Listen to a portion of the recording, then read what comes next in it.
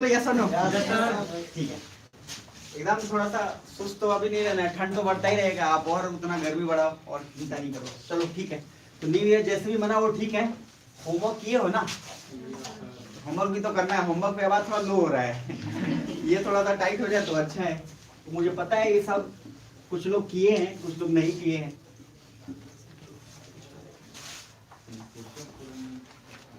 क्या क्या फुर्सत ही नहीं मिला? क्या बोला, फुर्सत नहीं मिला? भूख नहीं है। अच्छा ठीक है, कोई बात नहीं। देखिए जितना भी होमवर्क आप किए हैं या नहीं किए हैं, ध्यान रखोगे एक और टारगेट दे रहे हैं, उस समय तक कर लीजिएगा। कब तक मैं बता देता हूँ, दही चूड़ा तक सुना ध्यान से। इसलिए हाँ, मतलब कहने का लॉजिक ये है सिंपल कि उस समय तक कर लीजिएगा। अगर उसके बाद भी नहीं हो तो क्या करना है, उस पर छोड़ देना है, पढ़ाई छोड़ देना है। याद रखिए जितना बोला उतना कर लीजिएगा। न्यू ईयर अच्छे से मना लिए, ठीक है जी। टाइम और गैप, हमेशा मैं बोल रहा हूँ, इतना तेजी से टाइम निकलेगा ना, आपको एहसास भी नहीं होगा।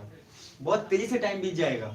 जो लोग काम करते हैं, जो लोग काम करना चाहते हैं, जो लोग ईमानदार हैं, उनके लिए टाइम बहुत काम पड़ेगा। जिनके पास कोई काम नहीं, उनको टाइम लगेगा, कठिन ही रहा है, और टाइम काटने के लिए वो बहाने ढूंढते हैं। और जब आप काम करोगे ना, ठंड लगेगा ना गर्मी लगेगा ना, आपको शायद पता ही नहीं चलेगा कब टाइम निकल गया, फुर्सत ही नहीं है। और जिसको जिस दिन आप देखो, जैसे छुट्टी में रहा, जिसको काम नहीं करना था, वो 10 बजे उठेगा, कहेगा आज दिन कैसे कटेगा पता नहीं, 1 तारीख को पता नहीं कहाँ जाना है, 2 तारीख को कहाँ जाना है। इस ढंग से जब आपके पास कोई प्लान नहीं होता है तो तकलीफें होती हैं। बहरहाल हम लोग फिजिकल ज्योग्राफी में जहां तक भी पढ़े थे उसका कोई दिक्कत नहीं, आप रिवाइज कर लीजिएगा। आज जो स्टार्ट कर रहे हैं, जिनके लिए पहला क्लास है, उनको भी पूरा समझ में आएगा, तो एकदम लोड नहीं लेना है। समझ में आए मेरी बात? आराम से। और जब समझ में नहीं आए तो बार बार मैं बोलता हूँ, दोनों गेट खुला हुआ है, चुपचाप चला जाना है, कोई तकलीफ नहीं है, कोई जबरदस्ती नहीं है। तो अब हेडिंग डालिए रॉक्स, जल्दी क्विक। थोड़ा स्टार्ट करने से पहले जोर से एक बार हुंकार भर दो ताकि मजा आ जाए, फिर आगे बढ़े। रॉक से स्टार्ट करना है, एक साथ जोर से, यस और नो? चलिए रॉक्स लिखिए और आगे बढ़िए। पहला हेडिंग डालिए रॉक्स, और लिखिएगा जरूर, क्योंकि आराम आराम से चलूंगा मैं। बहुत इंपॉर्टेंट टॉपिक है ये, बहुत ज्यादा इंपॉर्टेंट है, ध्यान रखिएगा।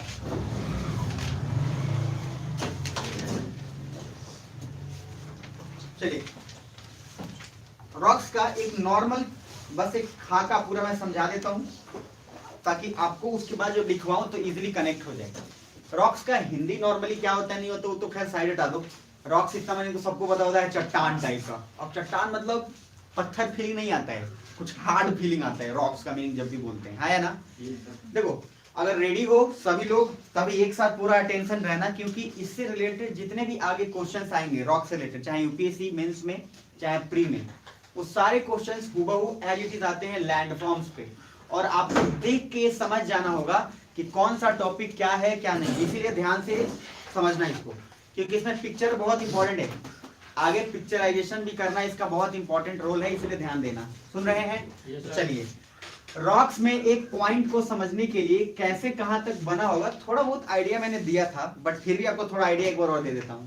मैंने एक बात बोला था आपको सिंपल, कि मान लो अर्थ का प्लेट है, उस अर्थ के प्लेट में मैंने 2 चीज बोला था, एक बोला था कन्वर्जेंस और दूसरा बोला था डाइवर्जेंस। मैं फिर से एक बार बता दे रहा हूं, अगर मान लो ये हाथ है, तो एक मुझे कोई उधर खींच रहा है, कोई इधर खींच रहा है, तो इसको बोलेंगे क्या? डाइवर्जेंस, दूर जाना।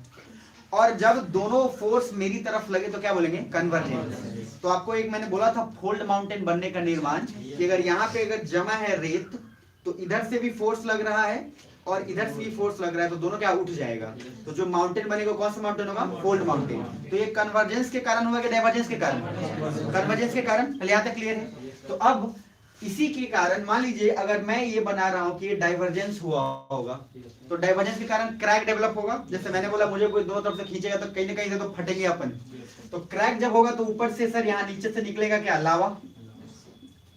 और लावा सिंपल क्या है, मैंने बोला जो चीज जब तक पृथ्वी के अंदर है तब तक उसको मैग्मा बोल रहे हैं, जब वही चीज ऊपर आ गया तो क्या है? लावा। ये बेसिक चीज है। तो एकदम आप जब लावा आया तो लावा सर ठंडा आएगा कि गर्म आएगा? धीरे धीरे वो क्या होगा? कूल होगा। अब मुझे एक बात बताना, कॉमन सेंस है, जो लावा ऊपर आ गया है वो जल्दी ठंडा होगा या जो लावा नीचे है वो जल्दी ठंडा होगा? ऊपर वाला, क्योंकि एटमॉस्फेयर हीट उसको बहुत इजीली मिल पाएगा, नीचे वाले को नहीं मिल पाएगा। तो लॉजिकली जब ये ठंडा होगा तो धीरे धीरे हार्ड होगा कि सॉफ्ट? हार्ड। तो जब हार्ड होगा तो क्या चीज का निर्माण करेगा? रॉक। और फिर वही रॉक, याद रखना ध्यान से समझना, फिर रॉक बार बार टूटेगा, टूटते टूटते टूटते टूटते तब वो सॉइल में कन्वर्ट होगा। तो ये मिलियंस बिलियंस ईयर्स लगेंगे इसमें, एक दिन में तो होने से रहा। तो लॉजिकली कहने का मीनिंग है कि जब हम रॉक की बात करते हैं तो उस फेज की बात कर रहे हैं जब अभी तक मिट्टी में कन्वर्ट नहीं हुआ है। सुन पा रहे हैं? क्योंकि आपको स्टेटमेंट में यूपीएससी का 2018 के क्वेश्चंस में बार बार ऐसा दिया कि rock is also a type of soil. याद रखिएगा, नहीं सॉइल लेटर फेज है, रॉक क्या है? पहले का फेज। तो लॉजिकली कहने का मीनिंग हम क्या बोल सकते हैं कि rock is made up of many minerals, made up of many minerals. इसका कहने का मीनिंग क्या है? अरे मैग्मा नीचे है तो मैग्मा भी क्या है? उसमें भी मिनरल्स ही होंगे, अलग अलग मिनरल्स से ही नीचे बना है। और वो जब ऊपर आ गया, ठंडा हो गया, तो क्या बन गया? रॉक। तो रॉक को हम बोल सकते हैं कि rock is made up of many minerals. कोई दिक्कत नहीं, बहुत सारे मिनरल्स और खनिज और संसाधन से बना हुआ है। बहरहाल ये एक रॉक का पैटर्न बता रहा हूं कि रॉक का कनेक्शन सिंपल डायरेक्टली किससे है? लावा से। एंड देन लावा के निर्माण के बाद फिर सारा काम आगे बढ़ेगा। अब आप जैसे ही आपने हेडिंग डाला रॉक, तो रॉक हेडिंग डालने के बाद इसके मैं पहले बता देता हूँ, एक पूरा का पूरा मूवी की तरह स्टोरी की तरह दिया हुआ बैठा देता हूँ और फिर पार्ट बाय पार्ट आपको लिखवा दूंगा तो मजा आएगा। तो रॉक में 3 टाइप होते हैं, ध्यान से रखना। एक होगा इग्नियस रॉक और दूसरा होगा, मैं बता दूंगा 1 by 1 सारा का, लिखवा भी दूंगा, चिंता मत करना। दूसरा होगा सेडिमेंट्री रॉक, सेडिमेंट्री औसाद, और तीसरा होगा मेटामॉर्फिक रॉक। इसका भी मीनिंग आपको बता देंगे। फिलहाल अभी इस सारे शब्दों को एज इट इज इंग्लिश में ही दिमाग में बैठाइएगा। मेरी बात समझ में आ रही है? काफी आसान होगा क्वेश्चन बनाने में। तो पहला बोला हूं, कौन सा रिपीट करिए जरा तेजी में। पहला इग्नियस, दूसरा सेडिमेंट्री, तीसरा मेटामॉर्फिक। आप एक कार जानते होंगे, एक इग्निस कार आता है, मारुति सुजुकी का एक इग्निस कार, अगर जानते हैं तो ठीक है, तो कोई बात नहीं। जो इग्निस का मीनिंग होता है वो होता है फायर, जो आग लगा दे। बुझा रहा है? कहा जीवन में नहीं, मतलब आग लगा दे बस ऐसे। तो सर इग्निस का मीनिंग क्या है? फायर। और फायर से हमारा सीधा संबंध है लावा से। तो इग्निस का मीनिंग जब भी हम बोलेंगे कि फायर, आग, यानी कि उसका टेम्परेचर से कनेक्शन हुआ, और टेम्परेचर भी कम की बहुत ज्यादा, बहुत ज्यादा, इतना ज्यादा कि सर आप सोचिए कि लावा का निर्माण करने के बाद वो रॉक बन जा रहा है सॉलिड होने के बाद, तो कूल होने के बाद। और ये जो रॉक जो लावा से डायरेक्ट बना है उसको बोलते हैं इग्नियस रॉक। लावा से डायरेक्ट मतलब कि लावा निकला, ठंडा हुआ, रॉक बन गया। इसमें कोई ज्यादा कुछ 3-5 नहीं किए। मेरी बात समझ में आ रही है? या सुनो, शांत रह के सुनना, सोना मत। अब जैसी इग्नियस की बात हमने कर दी कि सर इग्नियस मतलब वो रॉक जो फायर से बना हो, यानी कि जो लावा से बना हो, इग्नियस हुआ। तो मुझे एक बात कॉमन सेंस से बताना, सेडिमेंट का मीनिंग होता है अवसाद, और सेडिमेंट का एक ही लॉजिक है, बचा हुआ। जैसे कि नदी जा रही है तो नदी ने अपने किनारे किनारे बहुत सारी चीज जमा कर दिया, ढेर इकट्ठा, और अपने साथ क्या है? बहुत कुछ लेके चलेगी वो, बहुत कुछ, बहुत मिनरल्स। तो उनसे जो रॉक बनेगा उसको क्या बोलेंगे? सेडिमेंट। क्या बोलेंगे? सेडिमेंट। बस मोटा मोटा मीनिंग बता रहा हूं, बाकी डिटेलिंग अभी चलेंगे तो बहुत कुछ है। मैं तो बस एक आइडिया दे रहा हूं पहले, ताकि आपको झंझट ना हो, और बाकी जब डिटेल जाएगा तो आपको एक दिमाग में रहेगा कि हाँ ये क्या है क्या नहीं है। अब सेडिमेंट्री का मीनिंग है ऐसा रॉक जो सेडिमेंट, जो अवसाद से बने, उसको क्या बोलेंगे? Sedimentary rock. अवसाद बोला हूं ना, अवसाद नहीं, ध्यान रखिएगा, नहीं तो कुछ लोग समझ लेते हैं अलग। तीसरा है मेटामॉर्फिक, इसको चेंज करते हैं, मेटा, और एक है मॉर्फिक। तो मॉर्फिक मतलब होता है टू चेंज, और मेटा मतलब होता है बहुत ज्यादा। तो कहने का मीनिंग है कि ऐसा कोई रॉक जिसको टेम्परेचर या प्रेशर बढ़ाने या घटाने से कोई दूसरा रॉक बन जाए। मतलब ये रॉक ऐसा था, जैसे ऐसे समझो, लोहा को अगर बहुत देर तक आप उसमें इलेक्ट्रिक करंट पास कराओगे तो थोड़ा सा उसमें मैग्नेट का प्रॉपर्टीज आ जाता है। और आप पढ़े भी होगा टेम्पररी मैग्नेट उसको नॉन बोलते हैं। उसमें परमानेंट मैग्नेट कभी नहीं बनेगा, लेकिन थोड़े देर तक उसमें क्या है? मैग्नेटिक प्रॉपर्टीज आता है। मेरी बात समझ में आ रही है? तो लॉजिकली कहने का मीनिंग क्या है कि जैसे ही हम बोलते हैं कि इग्निस तो सर फायर से बन गया, सेडिमेंट्री बन गया किससे? आपको अवसाद से। लेकिन जब मेटामॉर्फिक की बात करते हैं तो ऐसा वो रॉक जो सिंपली क्या हुआ है कि किसी एक फॉर्म से दूसरे फॉर्म में चेंज हो गया हो। क्यों? क्योंकि या तो हमने उसको हीट दिया या हमने उसको प्रेशर दिया, जिसके कारण वो रॉक चेंज हो गया। सुन पा रहे हैं? तो लॉजिकली कहने का मीनिंग मुझे बताना कि इन तीनों में से आपने इकोनॉमिक्स में भी पढ़ा होगा, प्रथम, द्वितीयक, तृतीयक, प्राइमरी, सेकेंडरी, टर्शियरी, पढ़ा होगा? अरे है ना? तो प्रथम, द्वितीयक और तृतीयक अगर आपने पढ़ा है, यानी कि हिंदी में बोल रहा हूँ बट इंग्लिश का सिंपल है, प्राइमरी सेकेंडरी और टर्शियरी है, तो मुझे बताओ कि इन तीनों रॉक में से कौन सा रॉक को प्राइमरी रॉक बोल सकते हैं? इग्नियस को। Yes, sir. इंटरेस्टिंग बात जानते हैं, यूपीएससी 2021 का प्रीलिम्स का क्वेश्चन है ये। कॉमन सेंस से आप जब समझेंगे ना तो ठीक है, रट्टा वही मैंने बोलता हूँ, जिसको रटना होगा भाग जाना। रटने से प्रॉब्लम ये होता है कि आप वही पर्टिकुलर जवाब दे सकते हो, बाकी कुछ नहीं हो सकता। तो जैसे ही बोलेंगे इग्निस फायर, प्राइमरी इसलिए बोले बिकॉज जस्ट लावा निकला, उससे सर थोड़ा सा कूल हुआ, और कूल होने के बाद वो रॉक बन गया, उस रॉक का नाम क्या है? Igneous rock.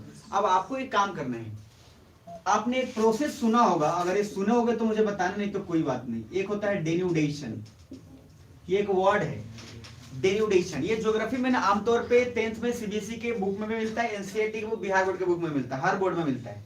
और लॉजिकली कहने का मीनिंग ये होता है कि अपन लोग 10th में कैसे पास करते हैं, हमको भी पता है, आपको भी पता है। 10th में बस इतना होता है भाई, किसी तरीके से एसएसटी में नंबर ले आओ। और अगर मैम अगर एक नंबर देने वाली है तो मैम है या सर है, तो जितना पॉलिश बटर लगा सकते हो लगा लो, चेरी जितना मार सकते हो मार लो। क्योंकि सर एसएसटी में अधिकतर बच्चों को ये समस्या होता है कि नंबर आते तो हैं लेकिन उस नंबर से वो खुश नहीं है। अच्छा, पढ़ना भी नहीं चाहता है, एसएसटी के बुक पढ़ना नहीं चाहेगा वो। अब मैम आंसर लिखवाती इतना लंबा लंबा, उसका एक अलग प्रॉब्लम है। और मैम ये बोलती है जो मैं लिखवाया वही नहीं लिखे हो तो नंबर मिलेगा ही नहीं। अब आपके साथ एक अलग लेवल, आप जैसी बोलते हो मैम मैंने कुछ किया, तो बोलो क्या तुम बड़े कि हम बड़े। अब जब ये जवाब आ जाता है आप क्या बोले, उसमें भाई बड़े तो आप ही हो। अब हमको क्या पता आपका दिमाग नहीं है, लेकिन फिर भी कहने का बड़े हो जाने से थोड़ी ना दिमाग हो जाता है। बट ध्यान से समझिएगा, ये वर्ड ही बहुत बड़ा वर्ड है जो हमेशा यूपीएससी के एक तरीके से आप फिजिकल ज्योग्राफी का फेवरेट वर्ड है। और आप जब भी क्वेश्चन पेपर देखेंगे यूपीएससी का तो उसमें डेन्यूडेशन शब्द फिजिकल ज्योग्राफी या इंडियन ज्योग्राफी में हर जगह मिलेगा आपको, इसलिए इसको विस्तार से समझेंगे। तो अब आपका काम देखिए क्या है, सुन लीजिए।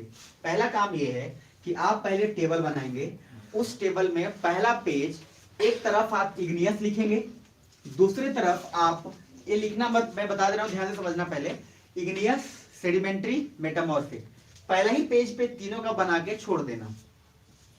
इसके बाद चूंकि डिटेलिंग आएगा, अब उसके बाद मैं अलग से लिखवाऊंगा इग्नियस का पूरा डिटेल। मैं एक पैटर्न बता दे रहा हूं ताकि इजी हो जाए आपके लिए। सुन रहे हो ना? तो कहने का लॉजिक है, पहले तीनों का डिफरेंस के लिए पहले पेज पे बना के रख लेना। उसके बाद अपन लोग आगे चलेंगे तो इग्नियस को पूरा डिटेलिंग करेंगे, सेडिमेंट्री को और मेटामॉर्फिक को। और आपको क्या है, ये फायदा होगा जब आप यूपीएससी या एग्जाम के रिवीजन करोगे तो पहले ही पेज पे तीनों का डिफरेंस रहेगा और आपका पूरा टॉपिक रिवाइज हो गया ढाई से। उसके लिए आपको फिर 15 पेज पलटने की जरूरत नहीं पड़ेगी। अब आगे जो भी मैं बताऊंगा पहले पेज पे उसको नोट डाउन कर लीजिएगा, घर जाके या अपडेट कर लीजिएगा, बात खत्म। रेडी है जी? तो जो फेयर में है, जिसके जैसे है, देखो इतना वक्त मिल जाएगा इधर, वही ठीक है, मैं बता रहा हूँ। तो आईएएस में क्या समझाएगा, कोई नहीं समझाना, किसी को वक्त नहीं मिलता, वो बोलता है आपको जैसे करना है करो। तो पहला पेज छोड़ दीजिएगा, बाकी अब आते हैं, हेडिंग डालिएगा फर्स्ट इग्नियस रॉक, और यहां से कारवां शुरू होता है। पहला इग्नियस रॉक, जल्दी से। अच्छा, इग्नियस रॉक से पहले एक और वर्ड लिख लीजिए क्योंकि थोड़ा सा जरूरी है, पेट्रोलॉजी। एक शब्द लिखिए जरा, पेट्रोलॉजी, इंग्लिश में भी और हिंदी में भी इसको सेम बोलते हैं। लिखिए पेट्रोलॉजी, और पेट्रोलॉजी का डेफिनेशन लिखिए, स्टडी ऑफ रॉक्स, अध्ययन जो बोलते हैं चट्टान का अध्ययन, study of rocks in all aspects, study of rocks in all aspects, जरूर लिखना। मतलब चट्टानों का अध्ययन को हम लोग पेट्रोलॉजी बोलते हैं। और चट्टानों के अध्ययन से मेरा है कि चट्टानों के बारे में सब कुछ, चाहे उसका साइज, टेक्सचर, कलर, कैसे बना, क्या बना। तो हमने क्या बोला, चट्टानों का अध्ययन, और चट्टानों के अध्ययन में वो सब कुछ पढ़ना जो चट्टान के बारे में हम जान सकते हैं, चाहे उसका, हाँ, चाहे उसका शेप हो, चाहे उसका कलर हो, चाहे उसका टेक्सचर हो, चाहे कैसे बना है। मतलब सिंपल एक लहजा मैंने बोला आपको, एक ही तरीका है, स्टडी ऑफ रॉक्स। चट्टानों के स्टडी को क्या बोलेंगे, पेट्रोलॉजी। यहाँ तक क्लियर है? इन ऑल एस्पेक्ट इसलिए बोला हूँ कि हर कुछ, ये नहीं कि क्वेश्चन आपको घुमाने के जानते क्या बोलेगा, कहेगा क्या, चट्टान, अब हिंदी में तो लिख दो चट्टानों के अध्ययन को पेट्रोलॉजी कहते हैं, वहां बोलेगा चट्टानों के रंग के अध्ययन को क्या बोलेंगे। अब आपको सर तो पढ़ा था खाली चट्टानों के अध्ययन को, या रंग आ गया, तो वहां भी याद रखना, इस तरह मैं लिखवा दिया हूँ ऑल एस्पेक्ट्स, मतलब चट्टान से रिलेटेड कुछ भी अध्ययन जो होता है उसको हम लोग बोलते हैं सिंपल पेट्रोलॉजी, बात खत्म। ठीक है जी? जैसे एस्ट्रोलॉजी होता है, तो एस्ट्रोलॉजी में आप हाथ दिखाइए, चाहे रेखा भाग रेखा हो, चाहे ब्याह रेखा हो, चाहे जौन रेखा हो, सब रेखा में एस्ट्रोलॉजी को पढ़ते हैं, बात खत्म। चाहे कन्या आप राशि हो, चाहे जो भी राशि हो। तो लॉजिकली कहने का मीनिंग है, ये इसलिए याद रखिएगा क्योंकि ये ये 2-3 जगह क्वेश्चन बार बार पूछा हुआ है, जैसे कि ये छोटे मोटे एग्जाम्स में पूछता है, जैसे बीपीएससी के एग्जाम्स में पूछ लेता है वहां पे, फिर मैपिंग में उसमें पूछ लेगा क्या वो, तो थोड़ा सा छोटा मोटा एग्जाम होता है। यूपीएससी पेट्रोलॉजी पे क्वेश्चन जनरली स्टेटमेंट में पूछता है, वो नहीं पूछेगा what is the study of rocks called as, ये नहीं पूछेगा, वो स्टेटमेंट में दे देगा कि petrology is the study of this and that, नीचे statement 1 is correct, statement 2 is false, ये काम करता है वो, और इसलिए यूपीएससी महान है। बाकी सारे एग्जाम्स में रख के आप काम करो, वो निकाल सकते हैं, मेंस नहीं निकलेगा।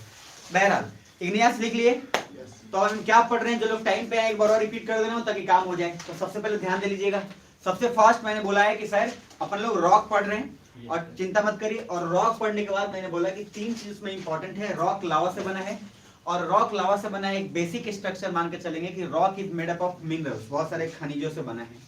3 टाइप के रॉक बोला, इग्नियस, सेडिमेंट्री और मेटामॉर्फिक। इग्नियस का मीनिंग बोला जो लावा से बना हुआ है, इग्निस का मीनिंग है फायर, आग, आग का संबंध किससे है, लावा से, जो लावा से बना हुआ इग्नियस रॉक हुआ। सेडिमेंट्री मतलब होता है औसार, जो सेडिमेंट से बना है वो सेडिमेंट्री रॉक, वो कैसे हुआ नहीं हुआ डिटेल देखेंगे। मेटामॉर्फिक मतलब होता है change in form, change in form का सिंपल मीनिंग है कि पहले वो कोई और रॉक था, हमने उसको इतना हिट किया या प्रेशर दिया कि वो कोई और रॉक बन गया, उसको क्या बोलेंगे, मेटामॉर्फिक। एक बेसिक दिमाग में आइडिया बैठ गया यहाँ तक, जोर से तो बोलो, रिस्पॉन्ड करते रहा करो तब मजा आता है पढ़ने में, नहीं तो सर इधर से सर बोल रहे हैं उधर से बताइए, आप बताइए, हम लोग सो रहे हैं, सो के चले जाएंगे, क्या दिक्कत है। चलिए तो आगे लिखिए इग्नियस, और इग्नियस में पहले लिखिए इग्निस, और इग्निस मीन्स फायर, जो लोग तेज होंगे वो लोग पहले लिख लिए होंगे। इग्नियस, इग्नियस वर्ड जो है, इग्नियस शब्द जो है वो इग्निस से आया है, और इग्निस का मीनिंग फायर है, और फायर का सिंपल मीनिंग है लावा, ठीक है, लावा। एनसीईआरटी लाए कोई फिजिकल ज्योग्राफी का 11th क्लास लाए, हाँ गुड, लावा लिख लिया जी। आगे बढ़िए, दूसरा लिखिए रॉक्स, एक पॉइंट दूसरे में लिखिएगा, मैं हिंदी में पहले ही बता चुका हूं, rocks which made from, rocks which are made from, इसी में इग्नियस ही चल रहा है अलग से, यही हो ना, इग्नियस में नेक्स्ट पॉइंट चल रहा है। अभी जो मैं पढ़ा रहा हूँ, अभी क्या पढ़ा रहा हूँ, पूरा का पूरा भी इग्नियस के बारे में बताऊंगा, उसके बाद फिर सेडिमेंट्री बताऊंगा। तो जब तक सेडिमेंट्री नहीं बोलूं तब तक क्या समझना है, मेटामॉर्फिक पढ़ा रहा हूँ, तो ठीक है, नहीं तो पता चले सर ये वाला काम नहीं करना, लास्ट में पढ़ाने के बाद बोले सर आज क्या पढ़ाए थे, वही वही प्राण दे दूंगा मैं। चलिए लिखिए igneous, rocks which are made from volcano, lava, magma, सारा वर्ड इसमें इसलिए बोल देना ताकि आपको दिक्कत नहीं हो ऑप्शन में। तो कैसे करके लिख लोगे, वैसे लिख लोगे लावा, फिर उसके बाद डैश, सॉरी जो बटा का आप साइन देते हैं बाई डिवाइडेड, फिर लावा, मैग्मा, वोल्केनो, ठीक है जी।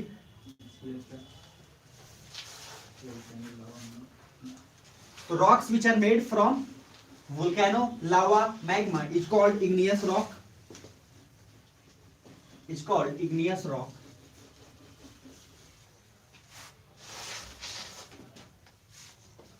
दूसरा, it is also called primary rock, प्राथमिक चट्टान भी इसको बोलते हैं, it is also called primary rock. और प्राइमरी रॉक क्यों बोलते हैं समझ में आ रहा है, क्योंकि पहले यही ऐसा है जो बना है, it is also called primary rock. दूसरा पॉइंट नीचे देखो, जिनको मैं पढ़ा दिया वो ठीक है, जिनको नहीं पढ़ा कोई बात नहीं, इधर देखना, मैंने 2 वर्ड बोला था आपको, एक बोला था सेंट्रली इरप्शन और एक बोला था फीजर इरप्शन। जिनको पता है ठीक है, जिनको नहीं पता है मैं यहीं पे बोलते जाऊंगा, परेशान मत होना। देखो मैंने बोला था 2-3 तरीके हैं, अगर लावा निकल रहा है तो ये यूं पूरा सीधा निकला, और एक मैंने बोला था कि डाइवर्जेंस के कारण लावा एकदम क्रैक हुआ और ऐसे फैलता जा रहा है। तो सिंपल मीनिंग है, जब सेंट्रली बोले तो पूरा तेजी में ऊपर निकल रहा है, और जब हम बोलते हैं कि फीजर मतलब वो फैल रहा है। तो आपको समझना ये है कि ये लावा एक तरीके से यूं निकला, ये सेंट्रली हो गया, और फीजर में यूं फैलता चला गया, कहने का मीनिंग डाइवर्जेंस, बस अभी इतना दिमाग में रखना। तो एक हो गया क्या वर्टिकल, और दूसरा थोड़ा बहुत कहेंगे हॉरिजॉन्टल, लेकिन मैंने बोला था कि जब भी होगा तो सब का सब कोनिकल शेप ही बनेगा। ये भी कोनिकल ही बनेगा, लेकिन ये स्प्रेडेड कोनिकल होगा, ये फैला हुआ होगा, और ये जो होगा ये बिल्कुल स्ट्रेट थोड़ा जाएगा, ठीक है। और उसके पीछे रीजन मैंने बोला था दो लावा, एसिडिक लावा, बेसिक लावा। तो अभी पहले समझना सेंट्रली का मीनिंग है इरप्शन का कि सर सीधा निकल रहा हो, थोड़ा सा वर्टिकल टाइप हो, और फीजर वर्टिकल उतना ज्यादा नहीं होकर थोड़ा सा स्प्रेडेड हो। स्प्रेडेड हो मतलब क्या हुआ, थोड़ा फैला हुआ हो। सुन पा रहे हैं? अब इग्नियस रॉक का दो टाइप हो जाएगा, ये लिख लीजिए, ऐसे करके लिख लीजिए। पहला acidic igneous rock, acidic igneous rock, और दूसरा बेसिक इग्नियस रॉक। एसिडिक के बाद दूसरा basic igneous rock.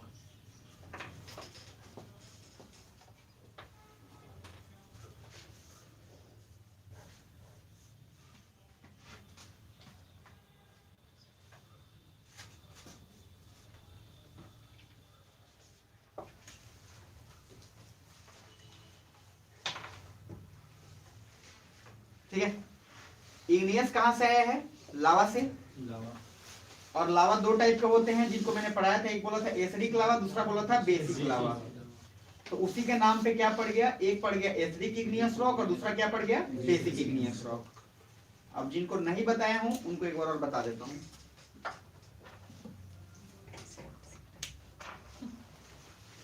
Acidic lava क्या था?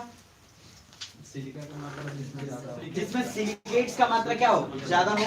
तो कहने का मीनिंग मैंने बोला था आपको कि एसिडिक जब भी बोलूं तो एसिडिक का सिंपल मीनिंग है कि सिलिकेट्स का मात्रा ज्यादा होना चाहिए अदर मेटल से या अदर मिनरल से, ठीक। दूसरा मैंने बोला था आपको कि जब भी बेसिक बोलूं तो बेसिक में क्या होगा, अदर का मात्रा ज्यादा होगा, सिलिकेट्स का मात्रा कम होगा। और मैंने आपको समझने के लिए एक बात फिर से बता रहा हूं, सिलिकेट सिलिका मतलब आप कितना नंबर हो सकता है सिलिकॉन का, 14 एटॉमिक नंबर याद है ना? एटॉमिक नंबर 20 तो लिखवाया था आप लोगों ने, लिखवाया था, अच्छा साइंस में लिखवाया था, 20 तक तो याद होना भी चाहिए। 10th में नहीं पढ़े हो क्या? गैस पेपर से पढ़े हो, atom bomb, atom number, atomic number के जब एटम बम पढ़े सर, उसके बाद एकदम से पेपर देके मस्त हो गए। तो कहने का लॉजिक है सिलिकेट्स का मात्रा ज्यादा होगा, ध्यान से समझना। तो मैंने बोला था एसिडिक लावा का, या ऐसे समझना मूवमेंट क्या होगा, स्लो। मैंने बोला था स्लो मूवमेंट होता है, इसलिए क्या होता है कुछ देर तक रास्ता ब्लॉक हो जाता है और जब निकलता है तो पूरा फाड़ के निकलेगा। बेसिक लावा का मूवमेंट क्या होगा, थोड़ा फास्ट, जब फास्ट होगा तो थोड़ा स्प्रेड होते जाएगा। तो लॉजिकली कहने का मीनिंग क्या है कि जब हम बोलते हैं एसिडिक, इसका मीनिंग है कि सिलिकेट्स का मात्रा ज्यादा होगा अदर मेटल से। सिलिकेट्स का परसेंटेज मान लीजिए है 80% और अदर का परसेंट मान लीजिए 10-20% है, तो उसको क्या बोलेंगे, एसिडिक। और जैसी वर्ड है एसिडिक इग्नियस रॉक, तो सर इग्नियस वर्ड कहां से आया है, लावा से। और लावा दो टाइप का होता ही है, एसिडिक और दूसरा क्या, बेसिक। अरे है ना, ज्यादा तेज तो नहीं जा रहे हैं ना? तो सर अगर एसिडिक की बात बोलते हैं तो एसिडिक का मीनिंग है सिलिकेट्स का मात्रा ज्यादा, बेसिक में सिलिकेट्स का मात्रा क्या, कम। और जैसे ही मैंने आपको बोला था कि एसिडिक में सिलिकेट्स का मात्रा ज्यादा होगा, ये उसका प्राइमरी फीचर है, उसका मुख्य फीचर है कि एसिडिक उसी पैमाने पे ही जज करते हैं कि सिलिकेट्स का मात्रा ज्यादा है कि कम है। तो इसीलिए जब मात्रा ज्यादा तो सर इग्नियस से लावा से आया है और लावा 2 से आया है, एसिडिक और बेसिक से। तो पहला टाइप हो गया एसिडिक इग्नियस रॉक और दूसरा हो गया बेसिक इग्नियस रॉक। और आप इसके बीच में एक डिफरेंस ऐसे बना लेना टेबल, ताकि वही आसान हो जाए, ज्यादा नहीं थोड़ा सा। तो लिख लो एसिडिक इग्नियस रॉक और दूसरा basic igneous rock, acidic and basic. लिखिए कुछ पॉइंट्स है, लिखते जाइएगा मजे से, बोर्ड तो नहीं हो रहे हो ना, रेडी रहना। तो एसिडिक इग्नियस रॉक में पहला लिखिए सबसे फर्स्ट, rocks made from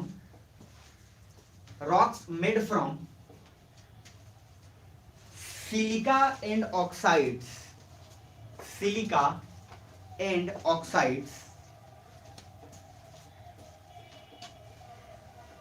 ठीक है,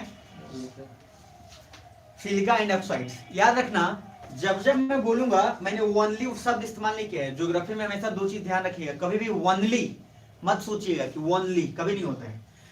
याद रखिएगा किसी चीज पे रिजिड नहीं होना है। जैसे मैंने बोला 23 घंटे 48 मिनट 4 सेकेंड, तो आपको याद रखना है अर्थ में हम क्या बोलते हैं कि सर एक दिन में कितना हो 24 घंटे होते हैं, लेकिन सर एग्जैक्ट होता कुछ और है, और डिटेल में आपको पहले बताया था कि 23 घंटे 48 मिनट इतना सेकेंड है। तो इसलिए मैं बोल रहा हूँ आपको कि अप्रोक्सीमेट हमेशा चलता है। तो यहाँ पे भी दिमाग में रखना, जैसे ही मैं बोलूं एसिडिक इग्नियस रॉक तो आपको समझ जाना है क्या कि सर सिलिका और ऑक्साइड्स का मात्रा ज्यादा होगा। इसका मतलब ये कतई नहीं है कि दूसरा मेटल्स का मात्रा नहीं है। मैंने कभी नहीं बोला, मेरी बात समझ में आ रही है? मैंने क्या बोला, सिलिका का परसेंटेज क्या होगा, ज्यादा होगा। अदर मेटल भी होंगे लेकिन इतना नगण्य होगा कि डोमिनेंट ज्यादा कौन कर जाएगा, सिलिका। यहां तक क्लियर?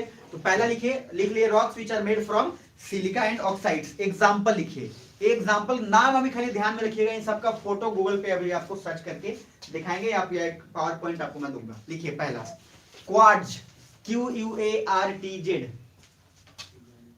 Quartz QUARTZ। ये बहुत मिलेगा आपको लिखा हुआ। अच्छा देखो, Q का सबसे प्यारा दोस्त है U, जहां Q जाएगा वहां U आएगा। बिना Q के बाद मतलब कुछ ऐसा टर्म्स है ना, मतलब इतना इतना ही प्यार होना चाहिए। तो जब किसी को आपको अगर प्रपोज भी करना हो तो आप यही बोलो, तुम Q हम U। मेरी बात समझ आ रही है? या तुम U या हम Q। तो लॉजिकली थोड़ा सा करोगे, पढ़ा लिखा अगर प्रपोज अच्छा करोगे तो एक्सेप्ट होने के चांस है। दोनों पे है जेंडर इक्वालिटी, तो कहने की नहीं है। नहीं तो अगर पागलों की तरह प्रपोज करोगे तो 2-3 चीज मिलेगा, पता है ना क्या क्या मिल सकता है, तो चांस आपको पता ही है। इधर एक लॉजिक चलता है जब भी आप कुछ बोलेंगे तो। और याद रखिएगा जब भी आप पढ़ें तो अभी के टाइम में पढ़ाई से ज्यादा मोहब्बत कुछ नहीं करिए, बहुत फायदे में रहिएगा। IAS बन जाइए, उसके बाद जितना टिंग टोंग करना होगा करिए, जो फालतू किस्म का काम है सब करिएगा। IAS बनने के बाद जायज है, सस्पेंड कभी हो जाओ, कभी बर्खास्त हो जाओ, कोई दिक्कत नहीं है, चलेगा, वो सब चलता है। मैंने एक बार आपको जिक्र भी बताया था अभिषेक सिंह IAS ऑफिसर का, जो मॉडलिंग भी कर रहे हैं, गाना भी कर रहे हैं, वीडियो में वो सब कुछ कर रहे हैं। तो कहने का मीनिंग IAS बनने के बाद वो पॉसिबल है। IAS बनने से पहले डिंग डोंग टिंग टोंग करिएगा तो गाँव के लोग पता है ना क्या बोलता है, अच्छा काम बोलता है, फलावा का बेटा ना सुधरी हो गए। तो ये जो आपका टर्म आता है ये मत लाइएगा कभी, ये बेकार हो जाएगा। बहरहाल थोड़ा सा आगे, क्वार्ट्ज लिखने के बाद लिखिए एक और एग्जांपल, क्वार्ट्ज। एक लिखिएगा फेल्डस्पार, FELD। ये सब रॉक्स के नाम है, ठीक है जी, परेशान मत होना। आपसे कब ये नहीं पूछा जाएगा कि quartz is an example of क्या, feldspar is an example of क्या, ये नहीं पूछा जाएगा। बस आपको ये मैं इसलिए थोड़ा रूबरू नाम से करवा दे रहा हूं ताकि आपको मैच द फॉलोइंग ये सब में पता तो हो कि ये है क्या कमबख्त। नहीं तो फेल्डस्पार के जगह पे कुछ और लिख के आ गए तो गड़बड़ हो जाएगा। याद रखिएगा IAS कभी भी वो नहीं बन सकता, मैं 12 बोल रहा हूं, जिसको सारे आते हो, पॉसिबल ही नहीं है। IAS वो बन सकता है जो 4 में से 3 ऑप्शन छाट दे, बस 2 ऑप्शन नहीं 3। 2 ऑप्शन तो आप छाटिए लोगे, हमेशा दुगो में फंसोगे, और दुगो में फंसो इसका मीनिंग है कॉन्सेप्ट क्लियर नहीं है। जब आप 3 छांट लो तो आपका सर कॉन्सेप्ट क्लियर है। और इसलिए ध्यान रखिएगा एक एक शब्द जो भी है, तो फेल्डस्पार, क्वार्ट्ज, ये सब एक रॉक है जो इंग्लिश में बोलते हैं एसिडिक इग्नियस रॉक का टाइप होगा। या मुझे बताना एसिडिक इग्नियस रॉक ज्यादा शेप का होगा अच्छा, या बेसिक इग्नियस रॉक का शेप ज्यादा अच्छा होगा? मैंने बोला एसिडिक का मूवमेंट स्लो होता है, खाना जितना धीमी आंच पे पकेगा उतना बेहतर बनेगा। तो एसिडिक आराम आराम से आता है, तो धीरे धीरे टाइम लेगा, उसका पूरा शेप बनेगा, फिर तब आराम से आएगा। बेसिक क्या है, हुड़बुड़िया है, इतना तेज है कि सर सीधा ऊपर आ जा रहा है, उसको पता नहीं, सर पहुंच गए, होमवर्क किए नहीं। आप समझ रहे? तो कहने का लॉजिक क्या है, मतलब ये आपको अपने लाइफ में बिल्कुल कनेक्ट कर लेना है, सिंपल। सर जैसे कुछ बच्चे हो ना पढ़ाते हो, सर बन गया, उसके बाद कितना आया सर 3, अरे गलत है, 4 आ रहा है। अब क्या हुआ, आपकी जल्दीबाजी के कारण आंसर गलत हुआ। और IAS में याद रखिए कभी भी खरगोश नहीं जीतता, मैं बार बार बोल रहा हूं, कछुआ जीतता है। जो सिंपल जब बोले तो पूरा सोच समझ के तगड़ा जवाब दे, टाइम ले लो कोई दिक्कत नहीं है, सफिशिएंट टाइम रहता है उसके पास, कोई तकलीफ नहीं है। इसीलिए feldspar, quartz is an example of acidic igneous rock. यहां तक डन? आगे चलिएगा, थोड़ा सा ध्यान रखिएगा, अलर्ट रहिएगा। आगे नेक्स्ट, अब लिखिए दूसरा बेसिक लावा। अच्छा आप ऐसा बना लियो ना टेबल, ठीक है, गुड। अब उसके बाद आप मुझे बताना सभी लोग, जब एक चीज में अगर सिर्फ और सिर्फ सिलिकेट्स का मात्रा ज्यादा है तो उसका कलर लाइट होगा कि डार्क होगा? लाइट होगा, क्योंकि एक ही टाइप का चीज है। डार्क कब होता है, जब बहुत अलग अलग चीज मिल गया हो, ऐसा ऐसा चीज मिला दे भयंकर कलर हो गया। अब मेरे पास समझ रहे, जैसे कि अब ये सिलिकेट्स का परत ज्यादा है, आप कुछ ऐसा समझो कि सर गुड़ है, गुड़, और अगर गुड़ है उसके ऊपर आपने चीनी लगा दिया, एकदम जैसे बहुत सारी मिठाई भी ऐसी होती है जिसके ऊपर हल्का चीनी चीनी हो जाता है। तो लॉजिकली कहने का मीनिंग है कि जब एसिडिक हो तो एसिडिक में सिलिकेट्स का मात्रा चूंकि ज्यादा होता है, इसलिए इसका कलर हमेशा क्या होगा, लाइट कलर। और जब हम बेसिक की बात करेंगे तो बेसिक्स में क्या होगा, अदर मेटल ज्यादा है कि कम, ज्यादा है, सिलिकेट्स का मात्रा क्या है, कम, और अदर बहुत सारे हैं तो क्या होगा, डार्क बनाएगा। इसीलिए बेसिक्स में डार्क कलर लिखना और एसिडिक में क्या लिखोगे, लाइट कलर। बहुत इंपॉर्टेंट पार्ट है ये, ध्यान रखिएगा। एसिडिक, लावा, इग्नियस, रॉक जब भी बोलेंगे लाइट कलर, बेसिक, लावा, इग्नियस, रॉक जब भी बोलेंगे कौन सा कलर, डार्क कलर। ठीक है जी। अब आगे आते हैं। सोने की आदत 10 बजे तक नहीं लग गई थी ना आप लोग को, तो पता चलेगी सर गए हैं दबा के सो लेते हैं। घर पे पापा होंगे तो उठा ही दिए होंगे, अगर जो अकेले रह रहे हैं वो दबा के सो ही लिए होंगे। बेसिक में सर सिर्फ लिखेगा कि सिलिका का मात्रा कम है। इसमें क्या लिखना है, बेसिक लावा में लिखिएगा सिलिकेट्स, ऐसे लिखिएगा, अदर मेटल्स, सेम उसका उल्टा लिख लेना था आपको, अपने से उतना लिख सकते हैं आप लोग। आईएएस की तैयारी कर रहे हैं ना हम लोग, ठीक है ना, आईएएस आईएएस का नहीं कर रहे हैं, ध्यान रखिएगा। सर अदर मेटल्स का मात्रा क्या है, ग्रेटर होगा, और सिलिकेट्स का मात्रा कम होगा। तो लिख लेना अपने आप को समझने के लिए कि अदर मेटल 80-90% है, सिलिकेट्स का मात्रा 5-10% है, ताकि आपको और अच्छा रहे। फिजिकल ज्योग्राफी एक ऐसा सब्जेक्ट है जो लगभग सब लोग को इंटरेस्टिंग होता है, सब लोग बोलते हैं इंटरेस्टिंग है, लेकिन जब बात आती है पढ़ने की और जब बात आती है नंबर की तो सर सबसे कम उधर ही होता है, क्योंकि लैटिट्यूड लॉन्गिट्यूड कभी समझ ही नहीं आता, बस पढ़ लिए कि horizontal line is called latitude and vertical line is called longitude, उससे कुछ होने वाला नहीं होता है। ट्रॉपिक ऑफ कैंसर क्या है, तो सर 23.5 डिग्री, नॉर्थ भी साउथ भी, दोनों को ट्रॉपिक ऑफ कैंसर बोल दिए। बहरहाल डार्क कलर, इधर क्या, लाइट कलर। एसिडिक में कि बेसिक में, एसिडिक में लाइट। अब आप लोग चूंकि पढ़ ही चुके हैं तो आप लोग जानते हो ये डार्क कलर एसिडिक में बनेगा, है ना, लेकिन लाइट कलर सब यही रहिएगा, मतलब यही है, ठीक है, यही रहिएगा। अभी 14 जनवरी दही चूड़ा आगे है, अभी यही रहिएगा। लाइट कलर, डार्क कलर, बस मजा आ जाएगा आपको, कॉन्सेप्ट पूरा क्लियर हो जाएगा। चलिए एक और पॉइंट लिखिए आगे, नेक्स्ट जल्दी लिखिए। इसमें एक लिख लीजिएगा, एक और एग्जांपल, ग्रेनाइट।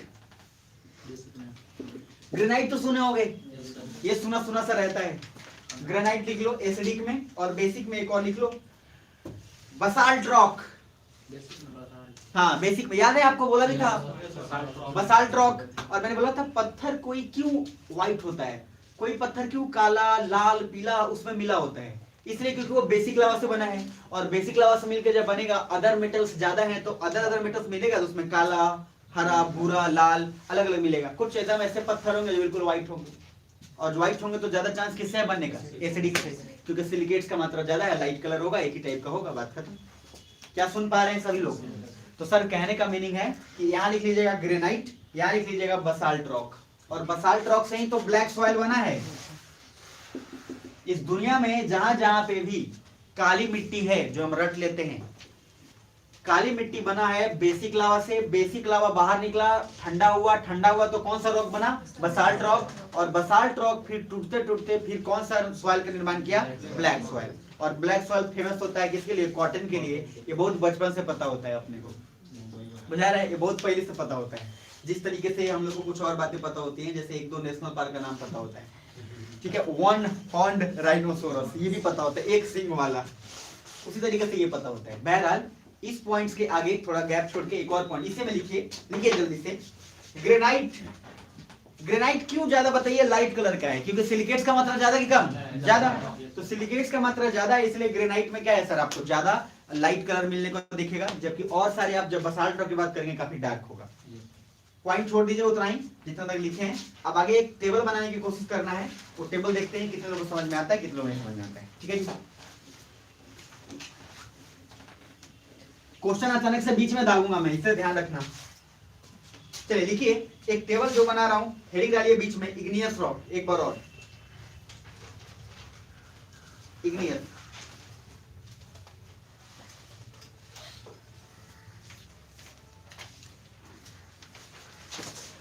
जहां आपने एसिडिक बनाया है, जहां बेसिक बनाया है। देखो कहीं कहीं आपको फिजिकल ज्योग्राफी में 3 चीज मिल जाएगा, ध्यान से समझना। ये आपको टाइप्स 2 दिमाग में रखना है, तीसरा कोई टाइप्स नहीं है, लेकिन उसको कहीं कहीं एनसीईआरटी में भी कभी कभी या कभी किसी बुक में उसको दे दिया जाता है। जैसे क्या, समझिएगा ध्यान से।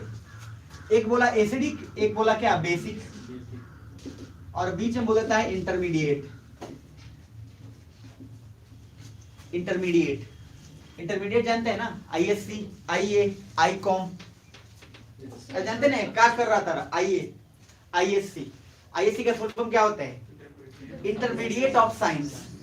इंटरमीडिएट वर्ड क्यों यूज करते हैं, देखो 10th में आप बच्चे हैं, अभी जस्ट स्टार्टिंग फेज है, तो अब आप आ रहे हैं 11th में, तो आप इतने भी बड़े नहीं हुए क्योंकि ग्रेजुएशन आप नहीं किए, और अब इतने छोटे में नहीं है कि मम्मी आपको बैठा कहा बेटा खा लो सोना, मेरी बात सुन मेरी। तो कहने का लॉजिक ये है कि सर अब आप ना तो बहुत छोटे हैं और ना ही बहुत बड़े हुए हैं, तो बीच का कौन सा फेज हुआ, इंटरमीडिएट, वही है इंटरमीडिएट। तो कहने का लॉजिक यहाँ पे समझना है, ना तो कंप्लीट एसिडिक हो और ना ही कंप्लीट क्या हो, बेसिक हो, या तो दोनों का मिक्सचर हो।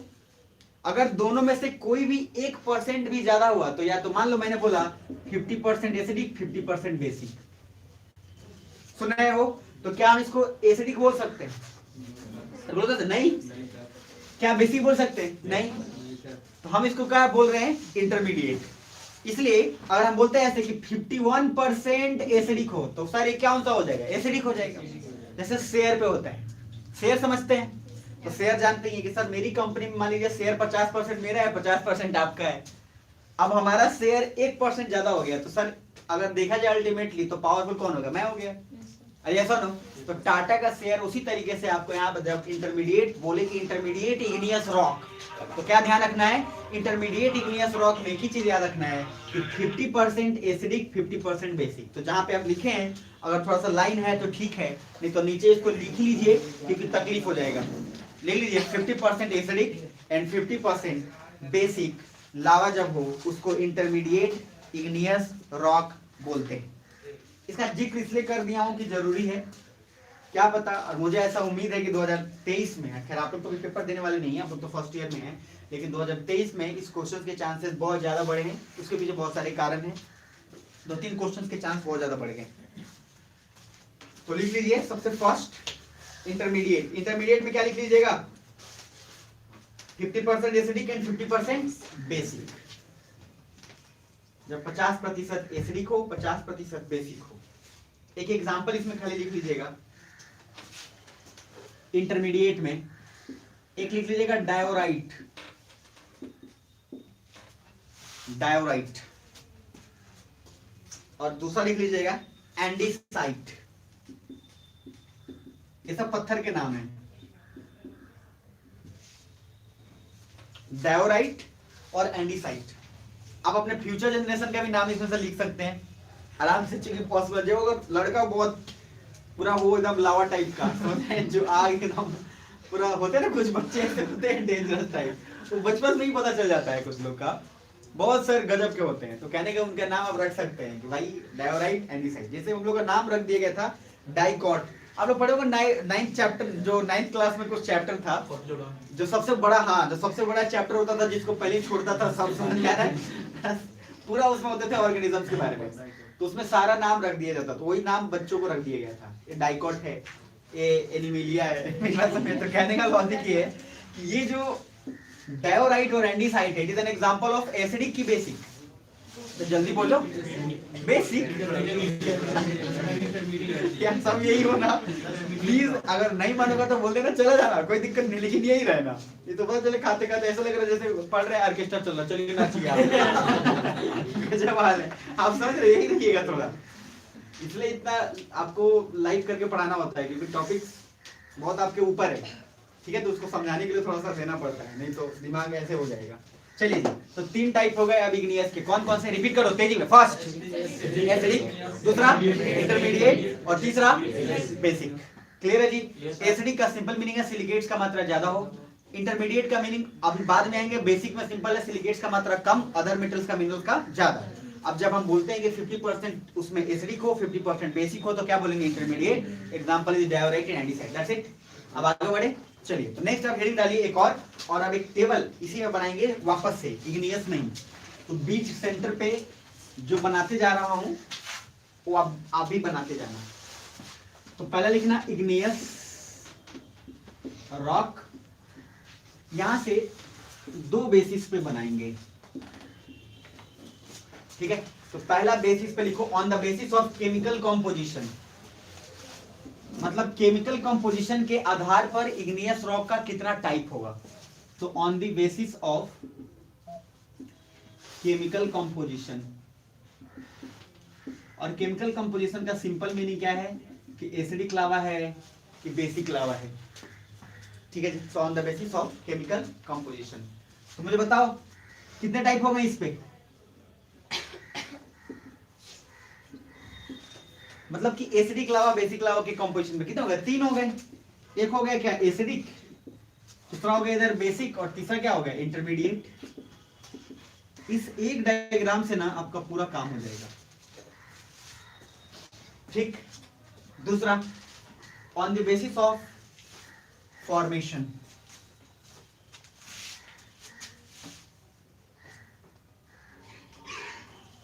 On the basis of formation of rock,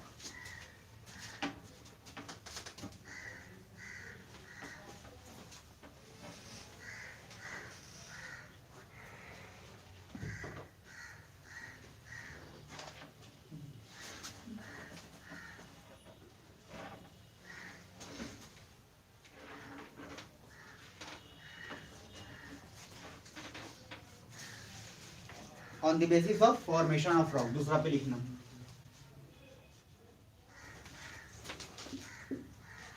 on the basis of, ऐसे लिखना on the basis of place of formation, कैसे बनेगा कहां बनेगा, on the basis of place of formation. इसमें 2 टाइप, एक होगा एक्सट्रूसिव, एक्सट्रूसिव का मीनिंग है जो बाहर, ऐसा लावा जो बाहर आ गया, ये पढ़ाया था बहुत लोगों को पढ़ाया था, जिसको नहीं बताया था परेशान मत होना। एक एक्सट्रूसिव मतलब एक्सटर्नल, और दूसरा क्या हुआ इंट्रूसिव। इंट्रूसिव कुछ अंदर भी तो रह जाएगा, और मैं आपको बताया था सील डाइक, ये सब बेटोलिथ लैकोलिथ, जिनको बताया था ठीक है, जिनको नहीं बताया था हम बार बार बोल रहा हूँ, बिल्कुल लोड मत लीजिएगा, सब आ जाएगा। अभी तो आप बस एक मेन खाका समझ लीजिए कि कैसे है रॉक का पूरा टाइप। तो मैंने बोला है on the basis of place of formation, बनना कैसे बनेगा। अच्छा एक बात बताओ, लावा जब निकलेगा तो क्या ये जरूरी है कि सारे लावा बाहर निकल जाएंगे, कुछ लावा नीचे भी तो रहेगा। तो कुछ लावा जब नीचे रहेगा, जमीन के अंदर ही रह गया, ऊपर नहीं आ पाया, उसके कारण कोई ना कोई तो स्ट्रक्चर बनेगा। तो सर जब उस टाइप के स्ट्रक्चर को बने तो उसको इंट्रूसिव बोलते हैं। जब कोई लावा ऊपर आ गया तो उसको क्या बोलेंगे एक्सट्रूसिव। और एक्सट्रूसिव का सिंपल मीनिंग है एक्सटर्नल, और इंट्रूसिव का सिंपल मीनिंग क्या है इंटरनल। बात खत्म, ज्यादा लोड नहीं लेना है। तो एक्सट्रूसिव मैंने आपको टाइप कुछ बताया था, किसी को पता है कुछ? अरे जो सारे लावा आ गए तो सब तो एक्सक्लूसिव ही है, तो चाहे वो एसिडिक लावा हो चाहे बेसिक लावा हो, क्या फर्क पड़ता है उससे। जो लावा बाहर आ गया वो सब का सब क्या है, वही है। तो एसिडिक लावा बेसिक लावा जो भी ऊपर आ गया है उन सबको क्या बोल रहे हैं एक्सट्रूसिव। आगे नेक्स्ट, इसी के कारण इसमें जरा आना इंट्रूसिव में, मैं इधर लिख दे रहा हूं इंट्रूसिव का। इंट्रूसिव भी बता दिया था आपको, वैसे क्या क्या था सेल डाइक बताया था ना। तो चलो एक बार लिख लो पहले इंट्रूसिव में। इंट्रूसिव में भी 2 टाइप लिखना, इसलिए मैं इधर लिख रहा हूं।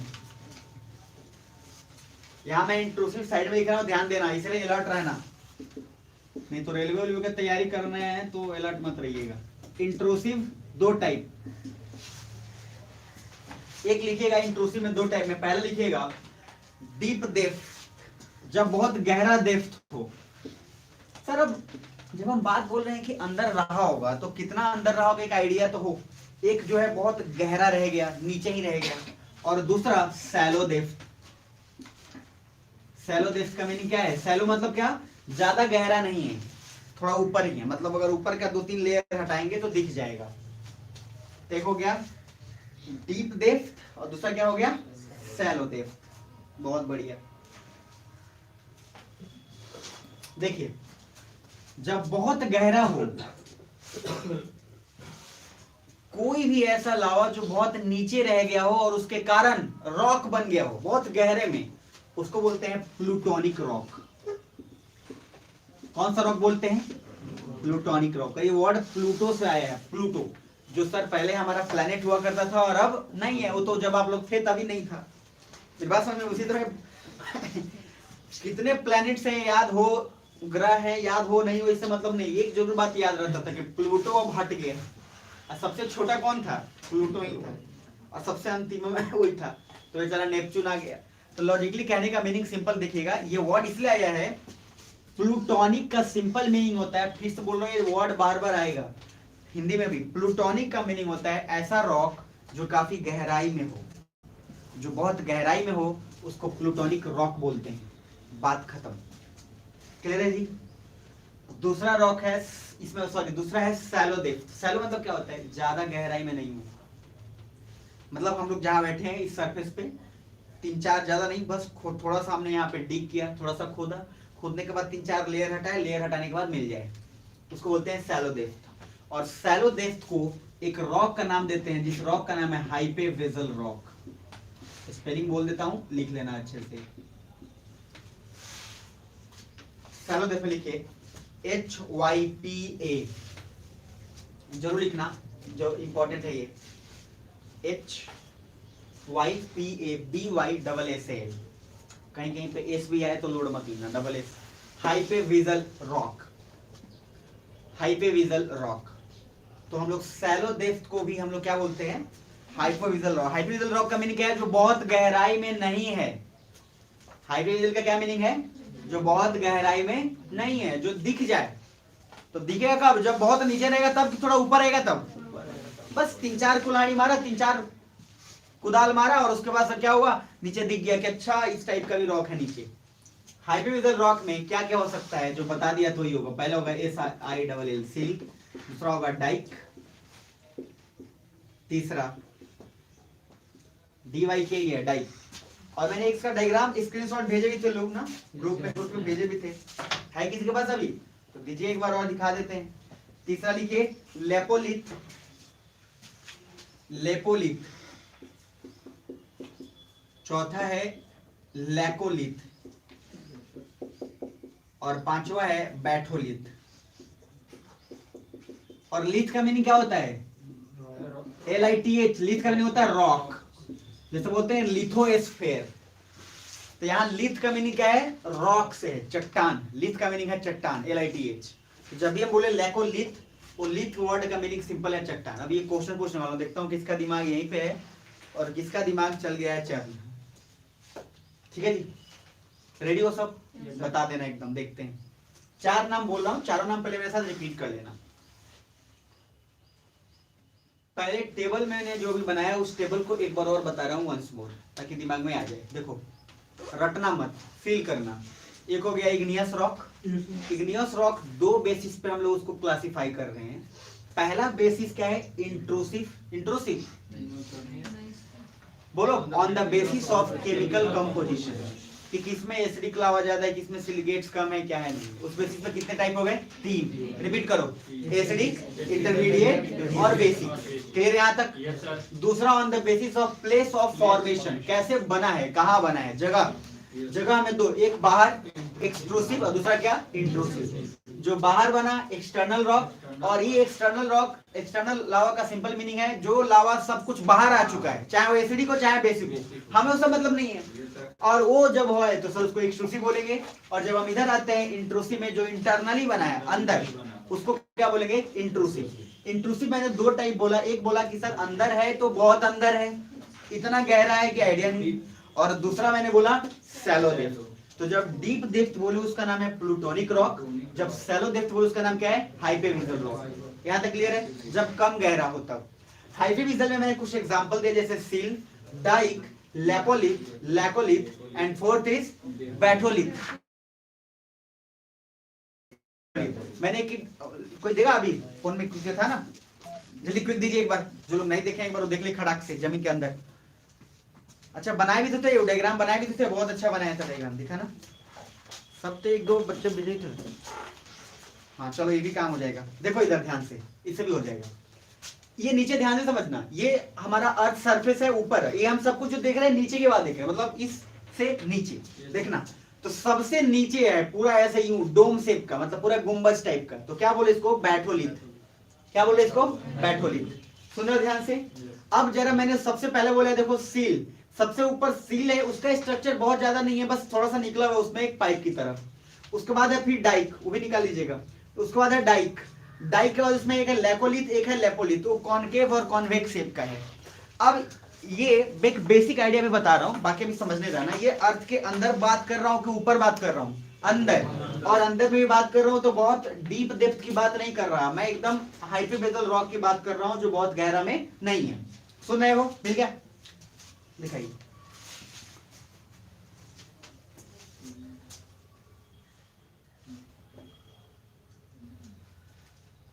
जैसे देखो ये, जिनको दिख रहा है ठीक है, नहीं भी दिखे तो हाँ बोलना।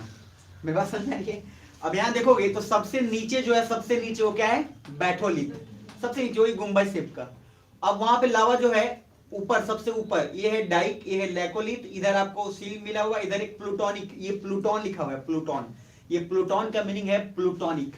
ये आपको जब एनसीईआरटी में बोला था पढ़ने के लिए, उस समय वर्ड बताया नहीं था। अब क्यों क्वेश्चन पूछने वाला तब। ये लीजिए, पकड़िए, जल्दी पकड़िए, ध्यान से देखिए। मुझे बताइए आप कि अगर हम बताते हैं कि 4 रॉक, आपको एग्जांपल है साथ में, सुनिएगा ध्यान से। 4 रॉक आपके पास हैं, दिमाग में रख लेना, लिखूंगा नहीं मैं।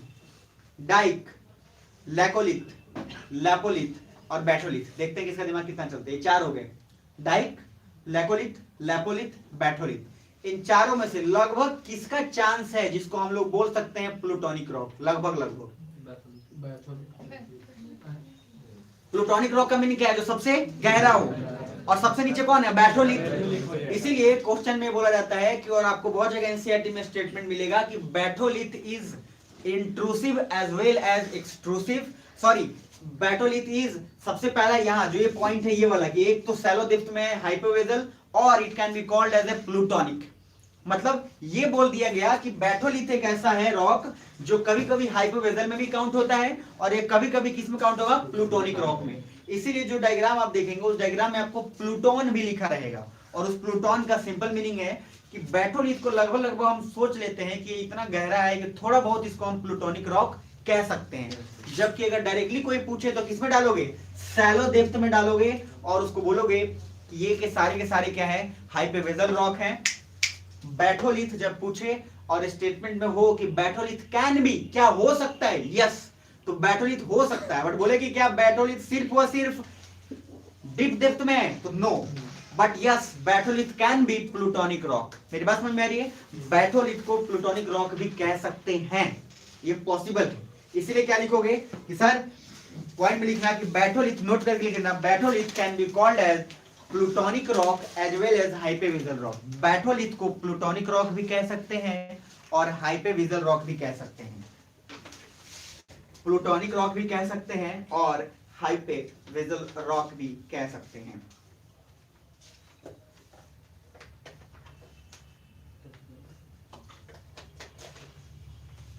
बैठोलिथ को प्लूटोनिक रॉक भी कह सकते हैं और हाइपोवेजल भी कह सकते हैं।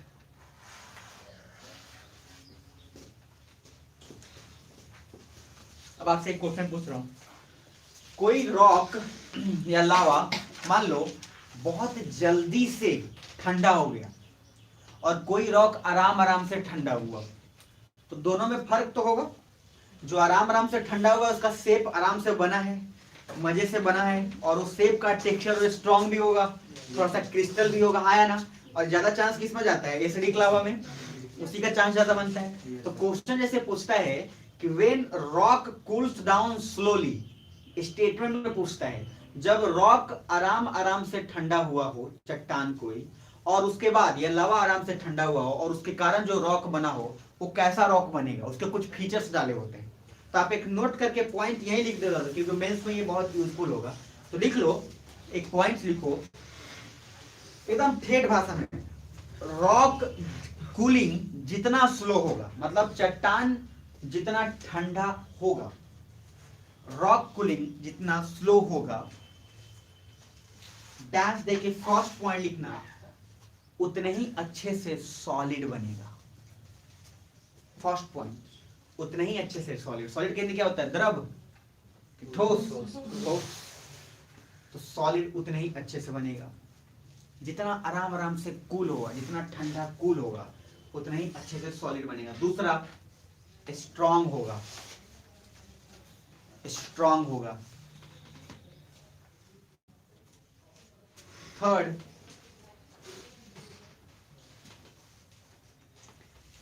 शेप सिस्टमेटिक होगा। उसका जो शेप है, जो उसका शेप साइज है, वो सिस्टमेटिक होगा, मतलब इधर उधर से निकला उगला नहीं होगा, शेप सिस्टमेटिक होगा। फोर्थ, क्रिस्टल ज्यादा होगा। क्रिस्टल, या मैंने आपको वर्ड बताया था क्रिस्टलाइजेशन, याद है जी, बोला था। और क्रिस्टलाइजेशन का मीनिंग सिंपल है, जिसका प्रॉपर स्ट्रक्चर बने। एक स्ट्रक्चर, मतलब मैं, हालांकि ये कहना थोड़ा उचित नहीं है जो मैं एग्जांपल दे रहा हूं, लेकिन फिर भी ले लेता हूं, मतलब इससे थोड़ा ज्यादा इजीली कनेक्ट हो जाएगा आपको। देखो, अब जैसे बहुत ज्यादा मोटे कोई लोग हो गए, बहुत ज्यादा, जैसे कुछ लोग देखेंगे बहुत ज्यादा मोटे हो गए, देखो मेरा अन्न तो खाया नहीं है तो हमको कोई फर्क पड़ता नहीं है ना, वो अपना खाएं अपना रहें।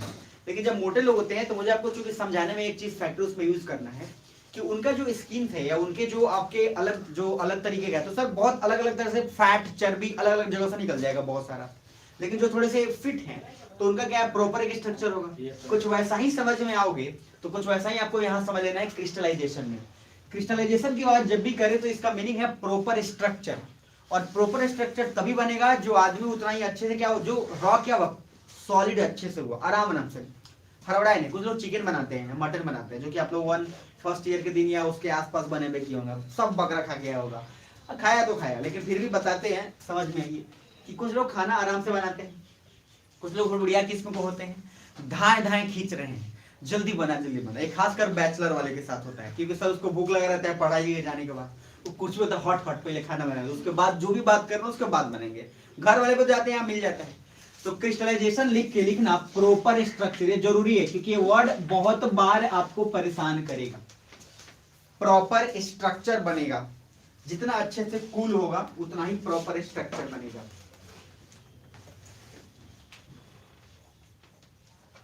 ठीक है जी, तो मुझे बताओ एसिडिक लावा में ज्यादा क्रिस्टलाइजेशन होगा कि बेसिक लावा में? एसिडिक लावा में। तो लिख लो एसिडिक लावा, वहीं पे नोट, उसी में नोट करके लिखना है एसिडिक लावा। और जो लोग क्लास छोड़े होंगे ना, जैसे बहुत दिन से एब्सेंट किए होंगे, उनको थोड़ा सा दिक्कत होगा, तो लोड नहीं लेना, पीछे क्लास कर लेना।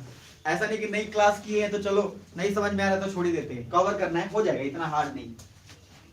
इसीलिए मेरा क्लास का छोड़ने के बाद एक मतलब तकलीफ ये हो जाएगा आपको कि चीजें थोड़ी सी बहुत ज्यादा बर्डन बढ़ जाता है। मैं सच्ची बता रहा हूँ, बर्डन को कहने के लिए लगता है एक ही चैप्टर होगा, लेकिन उसमें बहुत कुछ रहता है। मैं अपनी बात नहीं बोल रहा हूँ, सिलेबस ही वैसा है कि आप मुझे बताना ही पड़ेगा आपको। रेलवे का थोड़ी सिलेबस है कि बाबर का जन्म कब हुआ था, मैं बार बार बोलता हूँ कि बाबर का जन्म कब हुआ, रट लिए जाके पेपर दे लिए रेलवे का, फिर पता नहीं क्या क्या और एग्जाम, SIMTS, वो रटना है तो लूसेंट रटिए, जिंदाबाद रहिए। मेरे पास समझ में IAS बनना है तो लूसेंट तो थोड़ी ना बन जाइएगा। चलिए एक और पॉइंट लिखे उसमें, तो क्या बोला कि एसिडिक लावा मोर क्रिस्टलाइन होगा देन बेसिक लावा। एसिडिक लावा मोर क्रिस्टलाइन होगा बेसिक लावा से।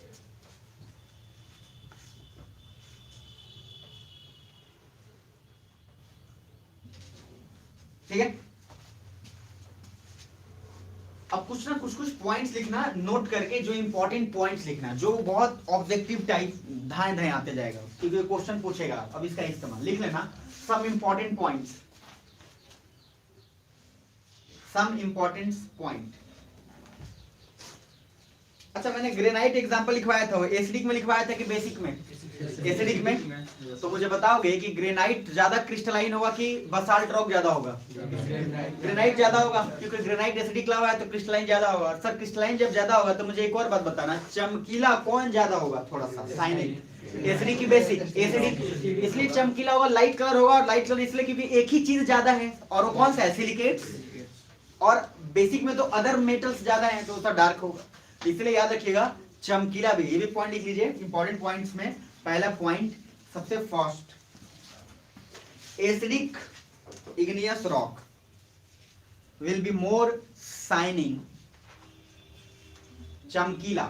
एसिडिक इग्नियस रॉक ज्यादा चमकीला होगा हिंदी में बेसिक लावा से, बात खत्म। इंग्लिश वाले तो लिख लेंगे।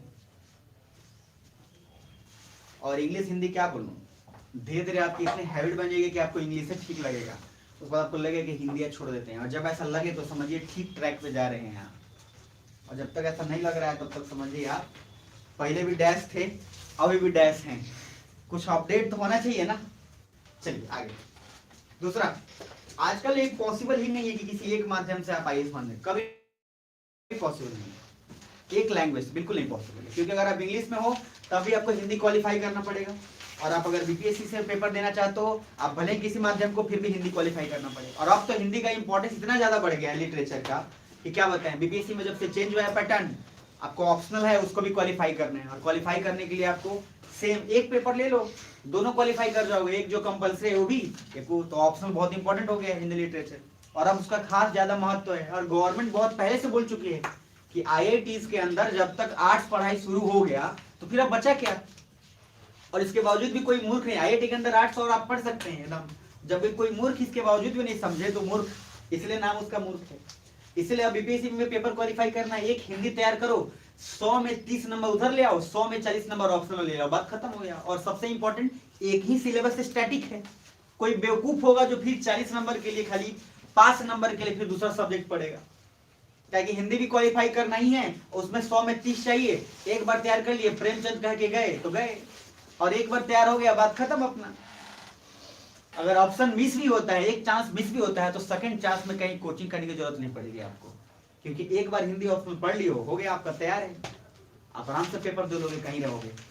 सुन रहे हैं, इसलिए ध्यान रखिएगा, थोड़ा बच नहीं पाएंगे। कोई सोचेगा कि सिर्फ हम इससे निकाल ले, हिंदी से सिर्फ इंग्लिश से, कभी पॉसिबल नहीं है, और आपको निकालना है तो दोनों तैयार करना है। कुछ बच्चे बार बार बोलेंगे तो ही बोलेंगे सीखना है, सीखिए। आईएएस में जब आप बनेंगे तब भी आपकी पोस्टिंग तमिलनाडु में होगी, तो वहां की भाषा सीखिएगा कि नहीं सीखिएगा, सीखिएगा, तो अभी सीख लीजिए पहले। चलिए आगे नेक्स्ट लिखिए, दूसरा point, soil of basalt rock. देखो इग्नियस रॉक से भी बनेगा, सॉइल तो बनेगा ही बनेगा, क्योंकि सर सबका तय है मिट्टी में बनेगा, माटी के बनल बेटा माटी में मिलवा, डायलॉग सुने ना, तो माटी से बने तो माटी में मिलना तय है, दैट्स इट। इग्नियस रॉक भी किस चीज में बनेगा, माटी, दैट इज मिट्टी। अब सर फर्क, क्वेश्चन देखो क्या पूछता है यूपीएस, क्या बोल रहे हो क्या?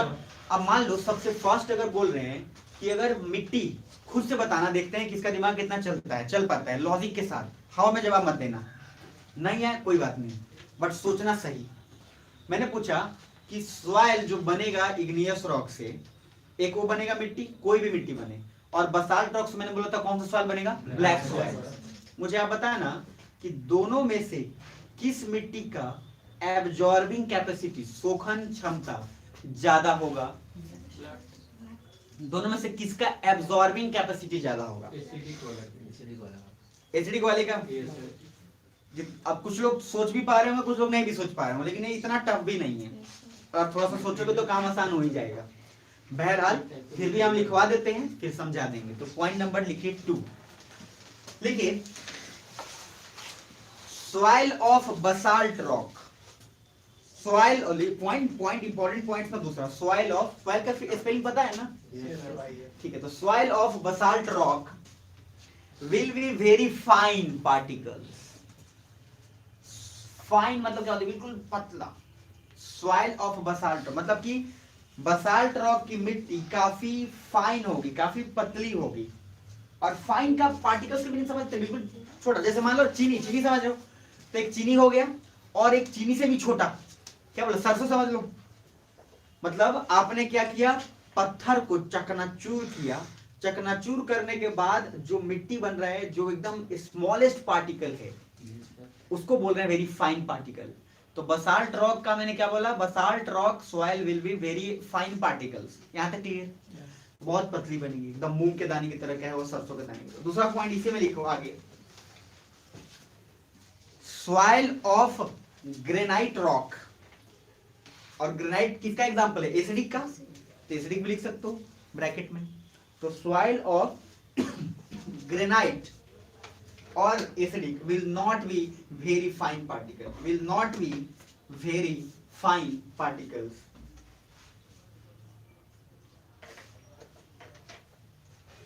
will not be very very fine particle, FIN। यहाँ फाइन का मीनिंग समझ रहे हैं ना, बहुत पतला। यहाँ फाइन मतलब आई एम फाइन वाला नहीं है, यहाँ पे अलग है। अब लिख लिए अब जरा मुझे बताइए, नीचे एक और पॉइंट लिख लीजिए तभी इजी रहेगा थोड़ा। लिखिए वेरी फाइन पार्टिकल, इसी में लिखना, इसी को कंटिन्यू कर लेना, इसी पॉइंट में कंटिन्यू कर लेना ताकि एग्जैक्ट पता हो जाए। दैट्स व्हाई, इसे लिखना दैट्स व्हाई, इसलिए मतलब पॉइंट नंबर 2 में मैंने बोला है कि ग्रेनाइट का जो है बहुत फाइन नहीं होता है, बहुत फाइन नहीं होता है, मतलब सबसे ज्यादा पतला किसका होगा? पार्टिकल्स बेसिक लावा का, यानी कि बसाल्ट रॉक का। ग्रेनाइट का पतला नहीं होगा।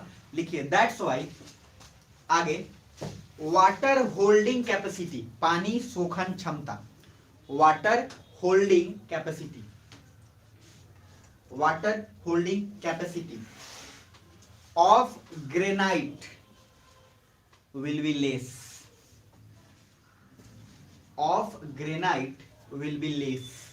अब समझ में आ जाएगा आपको, जो समझदार होंगे समझ में आएगा, जो नहीं समझदार होंगे उनको भी फिर से बोल देता हूं एक बार ताकि दिमाग क्लियर हो जाए। चलिए मैंने बोला शुरुआत, पॉइंट 2 पूरा रिपीट कर देता हूं। पॉइंट 2 में क्या बोला? ग्रेनाइट बोला था ना, क्या बोला था जी? सॉइल ऑफ ग्रेनाइट, ठीक है, soil of granite will not be very fine particle, ठीक है जी। That's why water holding capacity of granite और acidic lava will be less. लिख लिए? अब मुझे आप बताओ, वाटर होल्डिंग कैपेसिटी मीनिंग समझ गए? तो वाटर होल्डिंग कैपेसिटी का मीनिंग अगर समझ गए तो काम आपका आसान हो गया।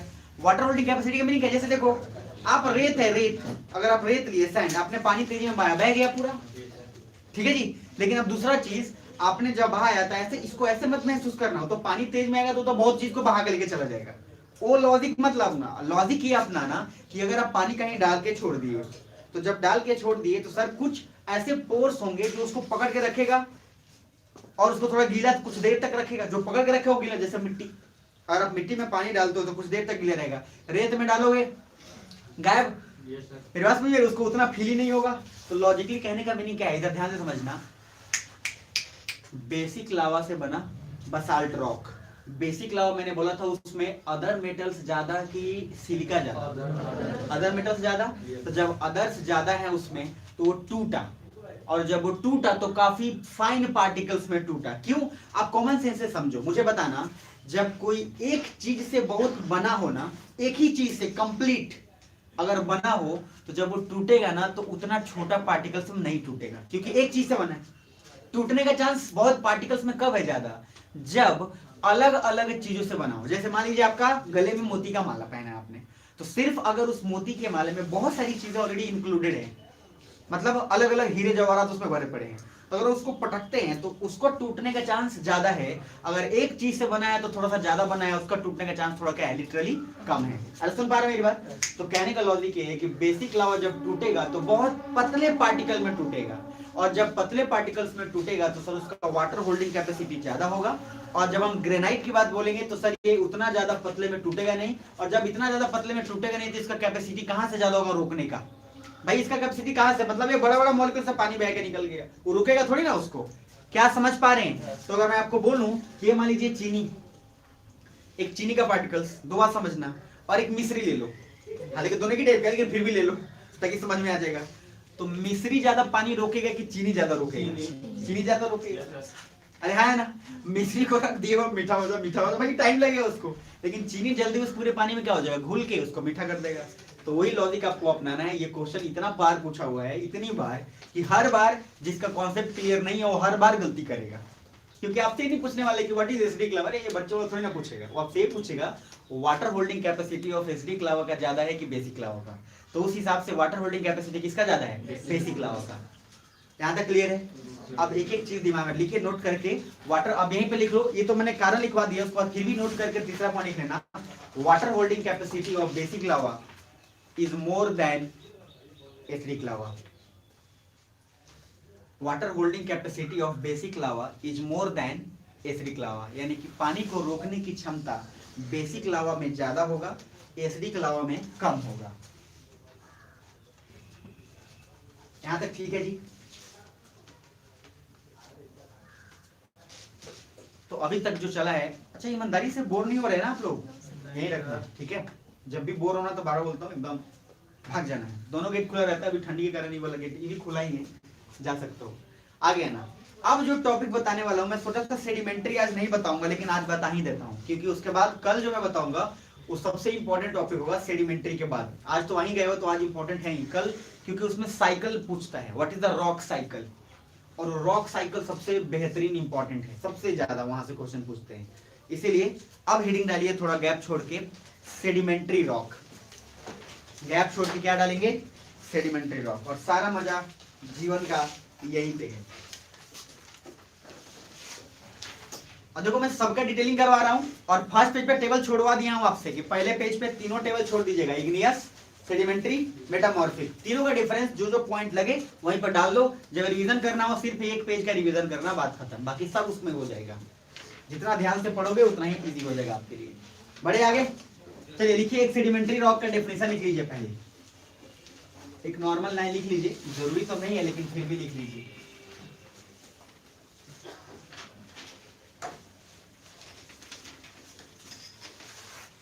लिखिए पहला, rocks made from sediment.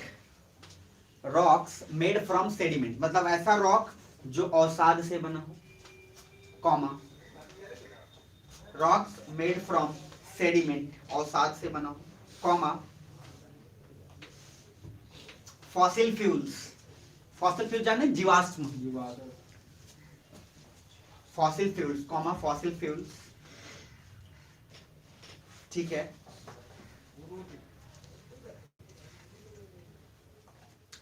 Etcetera, and भी कर सकते थे वैसे, ठीक है। फॉसिल फ्यूल्स का बहुत सारा डेड एंड डिकेइंग प्लांट्स है, उतना से लिखवाएंगे नहीं। Rocks made from sediments and fossil fuels etcetera is called sedimentary rock. अभी के लिए बस इतने याद रखना, बाकी डेप्थ में आएंगे तो ऑटोमेटिक बहुत कुछ आ जाएगा, क्योंकि डेफिनेशन ऐसा रटना नहीं है तीसरी चौथी बच्चों की तरह। तो मुझे आप बताना, क्या हम सेडिमेंट्री रॉक को प्राइमरी रॉक कह सकते हैं?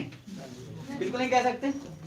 और सर अब जो भी चीज इधर मुझे बताना कॉमन सेंस से, क्या ये पॉसिबल है कि इग्नियस रॉक सेडिमेंट्री रॉक में बदल सकता है? नहीं बदल, बिल्कुल होगा, बिल्कुल पॉसिबल है। और क्या हम ये बोलें, क्योंकि मैं मेटामॉर्फिक का मोटा मोटा मीनिंग आपको बता दिया हूं। मेटामॉर्फिक का मीनिंग होता है चेंज ऑफ फॉर्म, एक फॉर्म से दूसरे फॉर्म में जाना। तो क्या हम कह सकते हैं कि इग्नियस रॉक भी कभी ना कभी मेटामॉर्फिक रॉक बन सकता है? यस और नो? बहुत बढ़िया। सेडिमेंट्री भी कभी ना कभी मेटामॉर्फिक बन सकता है? यस और नो? तो क्या हम ये भी कह सकते हैं कि मेटामॉर्फिक रॉक भी इग्नियस रॉक बन जाएगा? ये मैं कल बताऊंगा, आज नहीं बनेगा लेकिन कल बताऊंगा। अभी यहाँ समझ लेना, ये मैं बस आपके दिमाग में इसलिए क्वेश्चन डाल के छोड़ दिया हूँ कि कल जब बताऊंगा तो आपको और मजा आएगा। ध्यान से समझना, अब पूरा फोकस यहाँ देना सेडिमेंट्री पे, खत्म कर लेंगे यहीं पे। जल्दी आओ। तो सर हेडिंग डाल दी है सेडिमेंट्री। अब सेडिमेंट्री रॉक को समझने के लिए ना कुछ वर्ड्स लिखेंगे, उस वर्ड्स को समझेंगे। मैंने बोल तो दिया अवसाद, और अवसाद सर सिर्फ कैसे बोले कैसे काम करे इतना इजी भी नहीं है। अब मुझे ऐसे समझना है, देखो इधर ये मान लो ये सरफेस है, लावा आ चुका, रॉक भी बन गया। कौन सा रॉक बना ये? Igneous rock. अरे हाँ है ना? अब सर बताओ, इग्नियस तो बन गया ठीक है, लेकिन अपना सनलाइट भी तो कुछ काम करेगा। सनलाइट उसको तोड़ेगा, रेनफॉल भी उसको, बारिश जो होगी वो भी तोड़ेगा। यस और नो? वाटर भी अपना काम कर ही रहा है, एयर भी कुछ अपना काम करेगा ही करेगा। बेसिकली क्या हो रहा है, उसको तोड़ रहा है। यही रॉक टूटते टूटते पहले क्रैक डेवलप होगा, और क्रैक डेवलप होते होते फिर क्या है, सॉइल की तरफ प्रोसेस जाएगा। यस और नो? अब मुझे बताना, जैसी तोड़ेगा तो उसका कुछ पार्ट्स टूटा। आप लोग वर्ड सुनोगे इरोजन, जो इरोजन आप सुनते हैं, तो इरोजन में क्या सुनते हैं कि जैसी वर्ड्स अगर तोड़ा तो तोड़ के कुछ ना कुछ क्या करेगा, डिपॉजिट करेगा। अरे सर अगर बहुत बड़ा चट्टान टूटा है, उसमें से मिट्टी अगर कहीं ना कहीं जमा है, तो उस मिट्टी को एयर भी या तो उड़ा के कहीं पहुंचा देगा, या फिर सॉइल भी उसको अपने साथ घुला लेगा या वहां लेके पहुंचाएगा, हाँ या ना?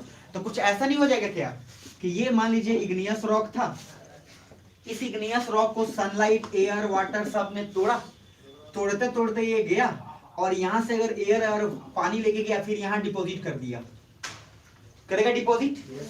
और जैसे ही डिपॉजिट करेगा, तो डिपॉजिट करने के बाद आपको नहीं लगता कि ये एक धीरे धीरे एक चट्टान बनेगा, और ये चट्टान कौन सा हो जाएगा, सेडिमेंट्री हो जाएगा। अरे हाँ है ना? तो स्टेटमेंट में क्या पूछता है जानते हैं? पूछता ये है कि sediments of igneous rock will be necessary for the formation of sedimentary rock। यानी कि औसात जरूरी है किस चीज का, इग्नियस रॉक का, ताकि क्या बने, सेडिमेंट्री रॉक। क्योंकि प्राइमरी रॉक कौन सा है, इग्नियस है। प्राइमरी रॉक से ही कोई दूसरा रॉक बनेगा। तो सर प्राइमरी रॉक से जब दूसरा रॉक बनेगा उसको क्या बोलेंगे, सेकेंडरी रॉक। लेकिन उसके पीछे कुछ प्रोसेस है, वो प्रोसेस लिख लीजिए। पहला टर्म लिखिए, मतलब यहां से यहां तक बनने के लिए बहुत कुछ होगा। तो पहला टर्म लिखिए, सबसे फर्स्ट लिखिएगा, ऐसे लिखिएगा डेन्यूडेशन। अभी जो लिखवाया था ना आपको वो लिख लेना ऐसे यूं, डेन्यूडेशन यहां लिखना। और डेन्यूडेशन लिखने के बाद इस पॉइंट्स को ऐसे कर लेना, क्योंकि डेन्यूडेशन जब भी शब्द बोलोगे तो डेन्यूडेशन के अंदर ही ये सारा प्रोसेस आ जाएगा जो मैं लिखवा रहा हूं। ठीक है जी। तो पहला लिखो वेदरिंग, वेदर लिख के आईएनजी लगा देना। याद रखिएगा वेदरिंग है ये। गांव में कुछ लोग वेदर को लेदर भी बोल देते हैं कि आजकल लेदर बहुत खराब है। मेरी बात समझ आ रही है? तो वहां थोड़ा सा अलर्ट रखिएगा, क्योंकि भारत जो है पीस प्रधान देश है। तो पीस प्रधान देश है, यहाँ पे बहुत सारे पीसेज हैं यहाँ पे। वेदरिंग के बाद दूसरा लिखिएगा इरोजन। इरोजन तो अपर्दन तो सुने ही होंगे आप। तीसरा प्रोसेस, अगर अपर्दन कोई नहीं सुना होगा ना तो चुल्लू भर पानी जानते हैं, कहीं ढूंढिएगा कहीं, और जहां मिले वहीं पे अपर्दन करके अपना प्राण त्याग कर दीजिएगा। तीसरा पॉइंट लिखिए transportation, transportation. And fourth deposition. Fourth पे लिख लीजिएगा डिपोजिशन। 4 पॉइंट हो गए, यहां तक क्लियर? मैं जब एक शब्द बोलूंगा क्या, डेन्यूडेशन, तो आपको इस डेन्यूडेशन के अंदर ये चारों पार्ट समझने हैं। मेरी बात समझ में आ रही है? तो जब भी कभी भी यूपीएससी अगर बोले कि डेन्यूडेशन, यानी कि डेन्यूडेशन में उसने पूरा प्रोसेस समझा दिया है। कुछ बुझा रहा है? जानते हैं ये चारों टर्म्स लोग अलग अलग लिखेंगे एग्जाम्स में, और यूपीएससी यही देख रहा है क्या आप पढ़े हैं। आप रट के गए हैं, आपने वेदरिंग लिखा, आपने इरोजन लिखा, ट्रांसपोर्टेशन लिखा, फिर आपने डिपोजिशन लिखा। किसी एक बच्चे ने क्या किया, शब्द कम बचाने के लिए क्या लिखा, डेन्यूडेशन। अगर आप लिखते, इसीलिए वर्ड लिमिट होता है कि 250 में लिखिए, 250 शब्दों में ही लिखना है। और अगर ज्यादा शब्द में है तो सर उसको हमेशा याद रखिएगा, नेगेटिव हमेशा असर पड़ेगा आप पे। 4 शब्द इतना लंबा लंबा, आपने सिर्फ एक शब्द में अपना पूरा काम चला लिया। तो होशियारी समझदारी तो आपको पता ही है कहाँ है। अब कुछ लोग क्या करते हैं, जब आंसर आते रहता है ना एग्जाम में, खूब फैला फैला।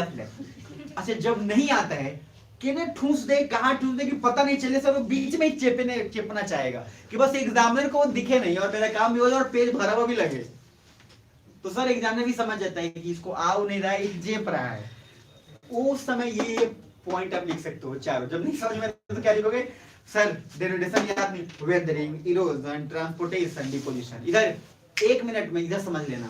देखो ये इग्नियस रॉक था, पहला क्या लिखा हूं, वेदरिंग। इधर सुन लो, यहीं पे समझा दे रहा हूं ताकि आपको एक बार समझ में ना, लिख लेना। देखो वेदरिंग का सिंपल मीनिंग है क्रैक।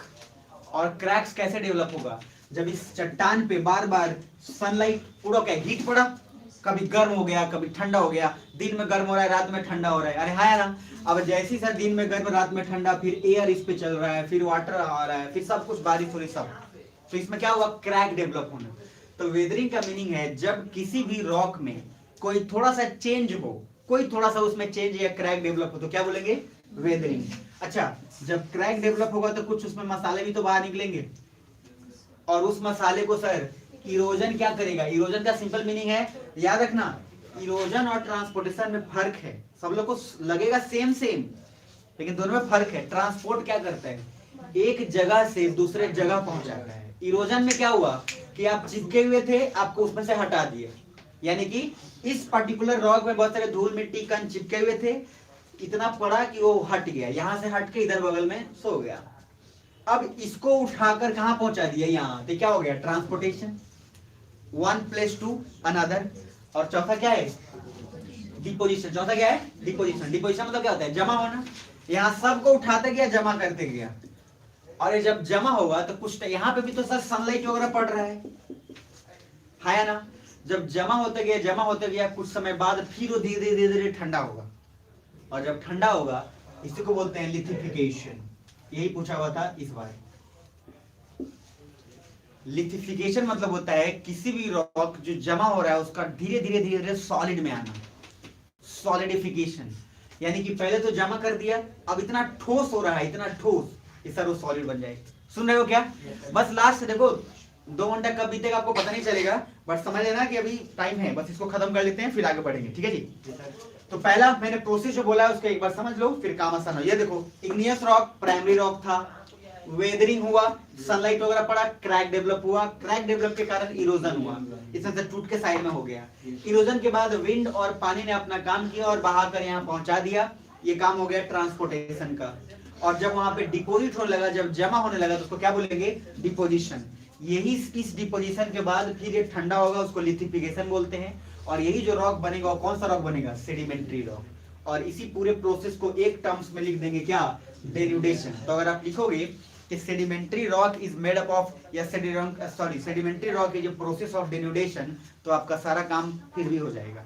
सुन पा रहे हैं मेरी बात? अरे हाँ ना? तो चलिए जी एक पॉइंट लिख लो, बाकी कल कंटिन्यू करेंगे, ठीक है? चलो लिखो पॉइंट जल्दी से फटाफट। पहले लिखो वेदरिंग, एक एक लाइन लिख लो, बस एक एक लाइन काम हो जाएगा। वेदरिंग में लिखो ब्रेकडाउन ऑफ फिजिकल सरफेस, ऊपरी सतह का टूटना। वेदरिंग में लिखोगे breakdown of physical surfaces, breakdown of physical surfaces, ऊपरी सतह का टूटना। एंड ब्रेकडाउन कैसे होगा? कौन करेगा? हम या आप? हम ऐसे आप कोई भी नहीं। Sunlight heat water. तो आप क्या करोगे? नॉर्मल एक डायग्राम ही बना सकते हो। अब देखो ना सर, एक क्वेश्चन पूछा था, एक और पूछने वाला हूं। ये मान लो आपका सरफेस रहा, इस पे सनलाइट भी पड़ी रहा है ना, उसके कारण क्रैक डेवलप होगा। अच्छा दिन में सनलाइट पड़ा, रात में क्या होगा? ठंडा। अच्छा एक क्वेश्चन ये पूछा था कि क्या सेडिमेंट्री रॉक हमेशा इग्नियस रॉक से ही बनेगा? ओनली वर्ड याद जब भी आए ज्योग्राफी में, स्टेटमेंट को सही मत मानना, जब भी लिखे ओनली, बिल्कुल नहीं। इसलिए क्योंकि देखो क्या होता है, ग्लेशियर्स, अब दिन में धूप है तो ग्लेशियर्स भी तो पिघलेगा। अरे ग्लेशियर जो पिघलेगा, और ग्लेशियर एकदम से तो नहीं है कि अचानक से पूरा पूरा पानी बन जाएगा, बहुत टाइम लगता है। ग्लेशियर एकदम मान लो बर्फ का इतना टीला है, वो भी एक तरह से चट्टान का काम कर रहा है। अगर मान लो उसमें का कोई भी एक भाग अर्थ के नीचे चला गया, मान लो क्रैक डेवलप हुआ अर्थ में, तभी लावा आया, उस क्रैक के अंदर मान लो ग्लेशियर्स का एक पार्ट चल गया, जस्ट इमेजिन। तो अगर वो चल गया तो नीचे क्या करेगा? जाएगा वो, जैसे नीचे जाएगा तो दिन में तो चलो ठीक है, रात में फिर वो ठंडा होगा और फिर क्या बन जाएगा? सॉलिड। और उसके कारण फिर से प्रेशर क्रिएट होने के चांसेस बनेंगे। हालांकि मैं कल फिर भी बता दूंगा आपको रॉक साइकिल में, लेकिन अभी यहां समझ लेना कि जब जब ज्योग्राफी में एक स्टेटमेंट आए कि सिर्फ और सिर्फ इसी चीज से बनेगा, अलर्ट हो जाना वहां, क्योंकि कभी भी ओनली शब्द फिजिकल ज्योग्राफी में सुटेबल नहीं होगा। मेरी बात सुन रहे हैं? तो चलिए पहला पॉइंट लिखिए वेदरिंग। वेदरिंग में लिखिएगा ब्रेकडाउन ऑफ फिजिकल सरफेस, ऊपरी सतह का टूटना। और ऊपरी सतह किस चीज से टूटेगा? तो सनलाइट, वाटर, रेनफॉल, एयर, लिख लीजिएगा, खुद से बात खत्म। दूसरा पॉइंट लिखिए, दूसरा पॉइंट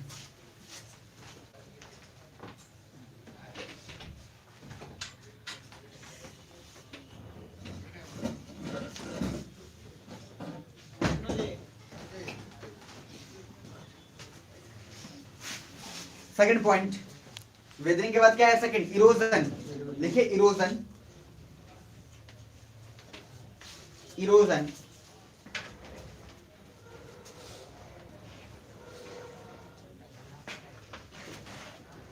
इरोजन, इरोजन लिखिए physical removal of cracks, physical removal of cracks मतलब जो क्रैक्स हुआ है उस क्रैक से सतह का अलगाव होना, धूल मिट्टी इन सब का अलगाव हो जाना, फिजिकल रिमूवल ऑफ क्रैक्स। याद है? ठीक है, थोड़ा सा गैप छोड़ के सब में रखना है, ठीक है, आगे वो काम आएगा।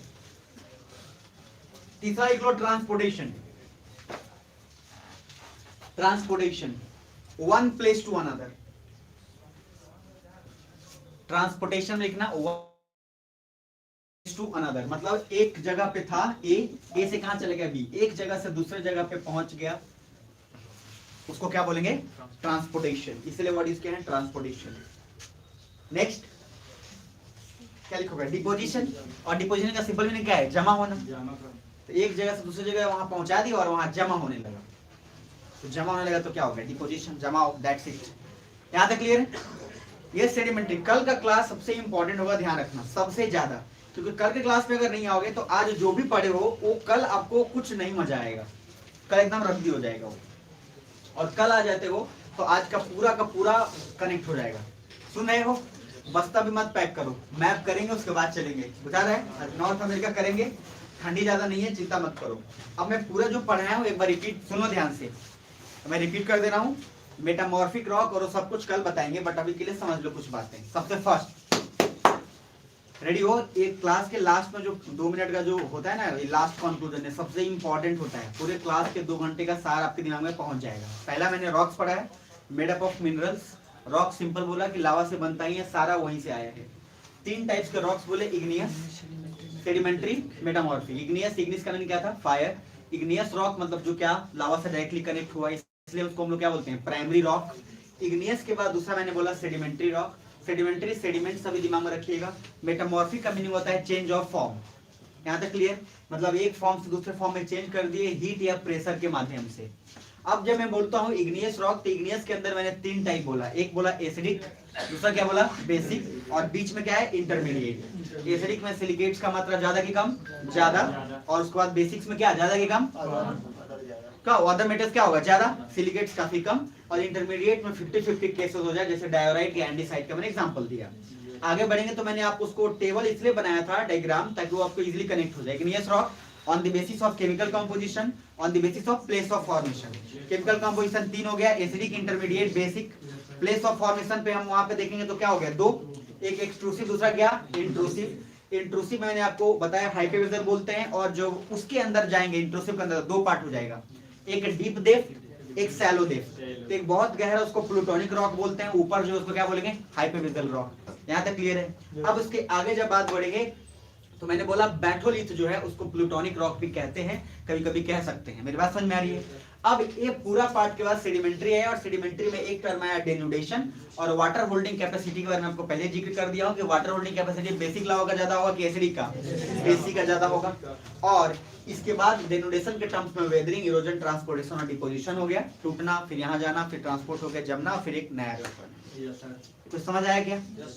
जोर से तो बोलो, थोड़ा खुश करके जाओ यार, खुश रहो, खुश करके जाओ। तो अभी थोड़ा सा एटलस निकाल लीजिएगा, नॉर्थ अमेरिका अपन पढ़ेंगे, फिर चले जाइएगा। जिसको बहुत ज्यादा जरूरी होगा वो भी रुक जाइएगा, 5 मिनट बाद आराम से निकल लेना, ठीक है? 5 मिनट बाद, 5 मिनट पेशेंस रख लो बस। नॉर्थ अमेरिका एटलस निकालिएगा, नॉर्थ अमेरिका खत्म करेंगे, फिर उसके बाद यूरोप का हो गया है। आप बीच में गैप थे, कोई बात नहीं, मैं आपको भेज दूंगा, आपको कवर कर लीजिएगा। एक बार मैं आपको सामने से करा दूंगा। चलिए तो जल्दी ओपन करिए, यूरोप कवर करते हैं फटाफट, सॉरी नॉर्थ अमेरिका। 5 मिनट लगेगा, और मेरे 5 मिनट का मीनिंग आपको